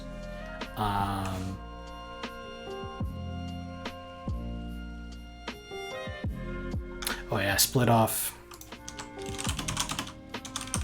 font API to fonts.h.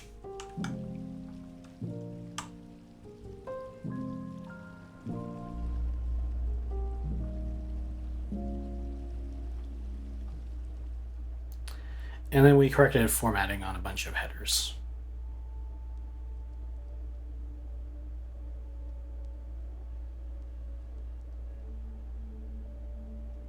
Yes, okay. I think that'll be the last thing I mentioned.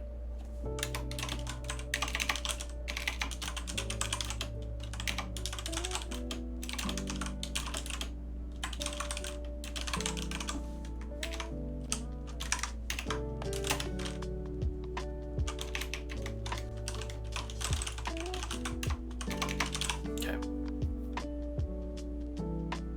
Good. Commit, finally. As with most things, it tends to be a balancing act of how much time you spend versus how much time it saves. I very rarely have to go back and check what I did in certain commits, so spending a lot of time thinking about commit messages would not be worth my time. Although this probably changes if you are not the only person in the project. Yeah. This project, I probably, and I'll go ahead and I'll hold off on synchronizing it for a minute. I'll synchronize later on. Just in case I need to roll back something.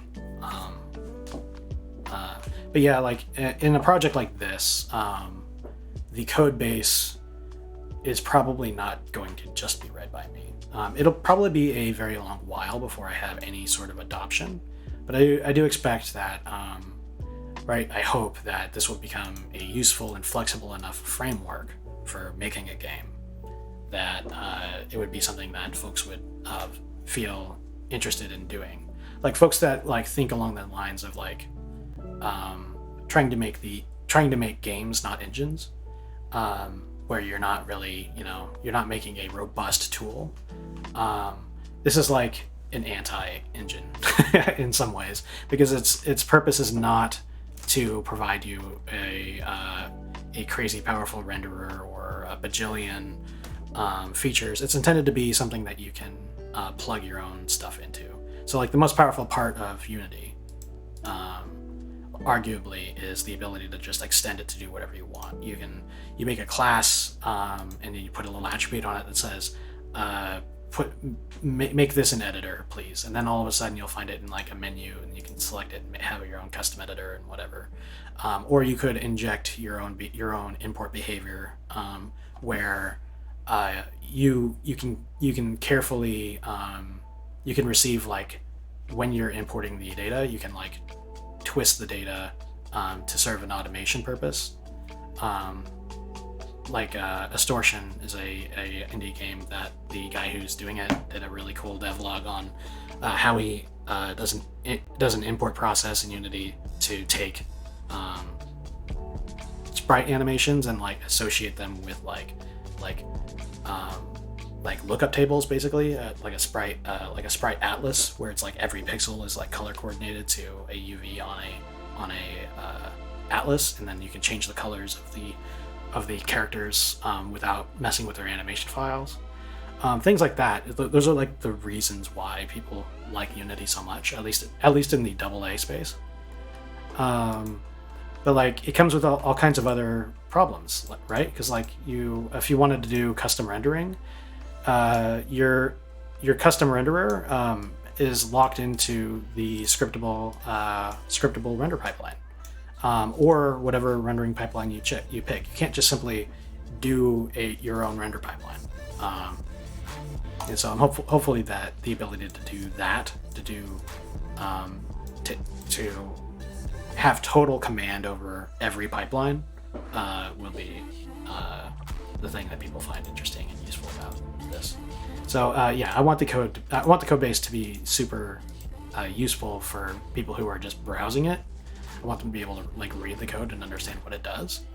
But it's also a portfolio piece. I want somebody who's going to hire me. I want them to be able to just take a look at my projects, take a look at this big old engine, and say, "Hey, this is a remarkably well organized project," and then hire me, right?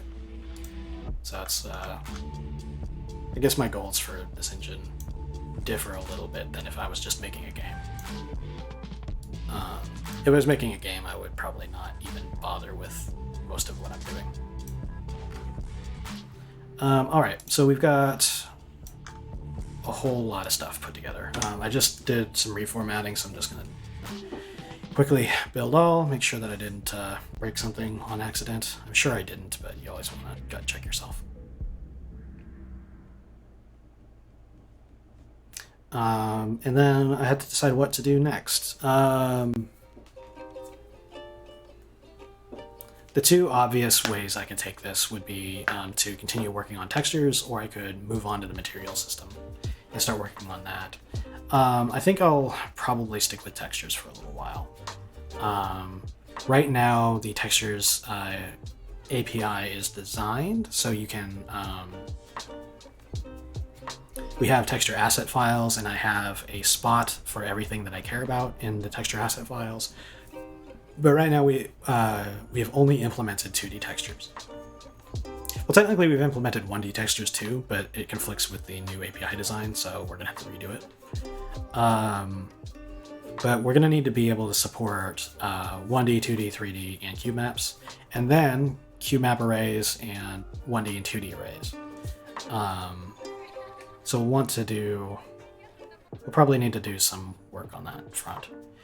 In particular, I kind of want cube maps to start working, because I'm tired of looking at an inky sea of black inside of the renderer, inside of the scene view, and I want to be able to like throw up a skybox and be able to orient my camera a little bit quicker.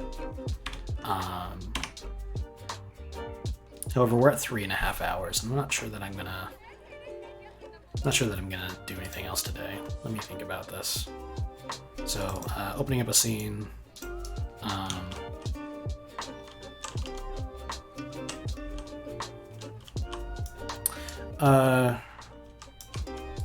If we take a look at the scene, or the texture assets themselves, so this is the inspector. We're going to need to add a few more fields. We're going to need to add, first we're going to need to change the path to be a paths field that can take a sequence of custom strings. And that way you can have, you can specify if you're doing like a split box cube map, or if you're doing a texture array, you can specify multiple image files, and it'll take care of that. And then we'll also need the optional slicing and projection fields for cube maps. You'll need to specify whether you're doing slices, whether you're doing the T-shaped box image, or if you're doing equirectangular, which is probably going to be the most popular way to do it, because if whenever you go online and you're looking for 360-degree textures, it's almost always equirectangular, which itself would require us to do a conversion from equirectangular to the cube map, which OpenGL uses. And that probably won't be too hard, but it won't be a few minutes. It'll be quite a bit of work.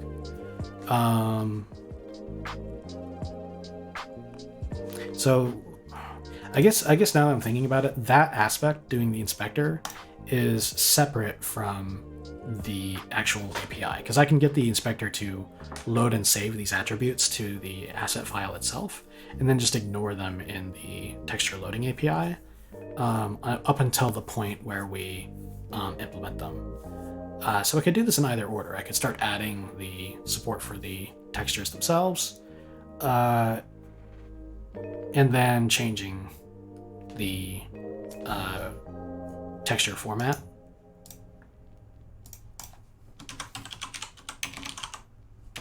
This thing, changing it to support it later. I don't know. I'll tell you what though, I'm feeling a little burnt out. I'm gonna go ahead and call it a stream. I've gotten all the little maintenance tasks I needed to worry about done. We've got virtually all of the work that we have been doing over the last couple of weeks is committed, though I've skipped over a few notable things because we haven't really used it yet. Yeah, so I'll take tomorrow off. I'm going to probably spend the next couple of hours replacing the battery on my MacBook so that I can make sure everything compiles on it still. And then on Friday, we will start looking at the more advanced texture types.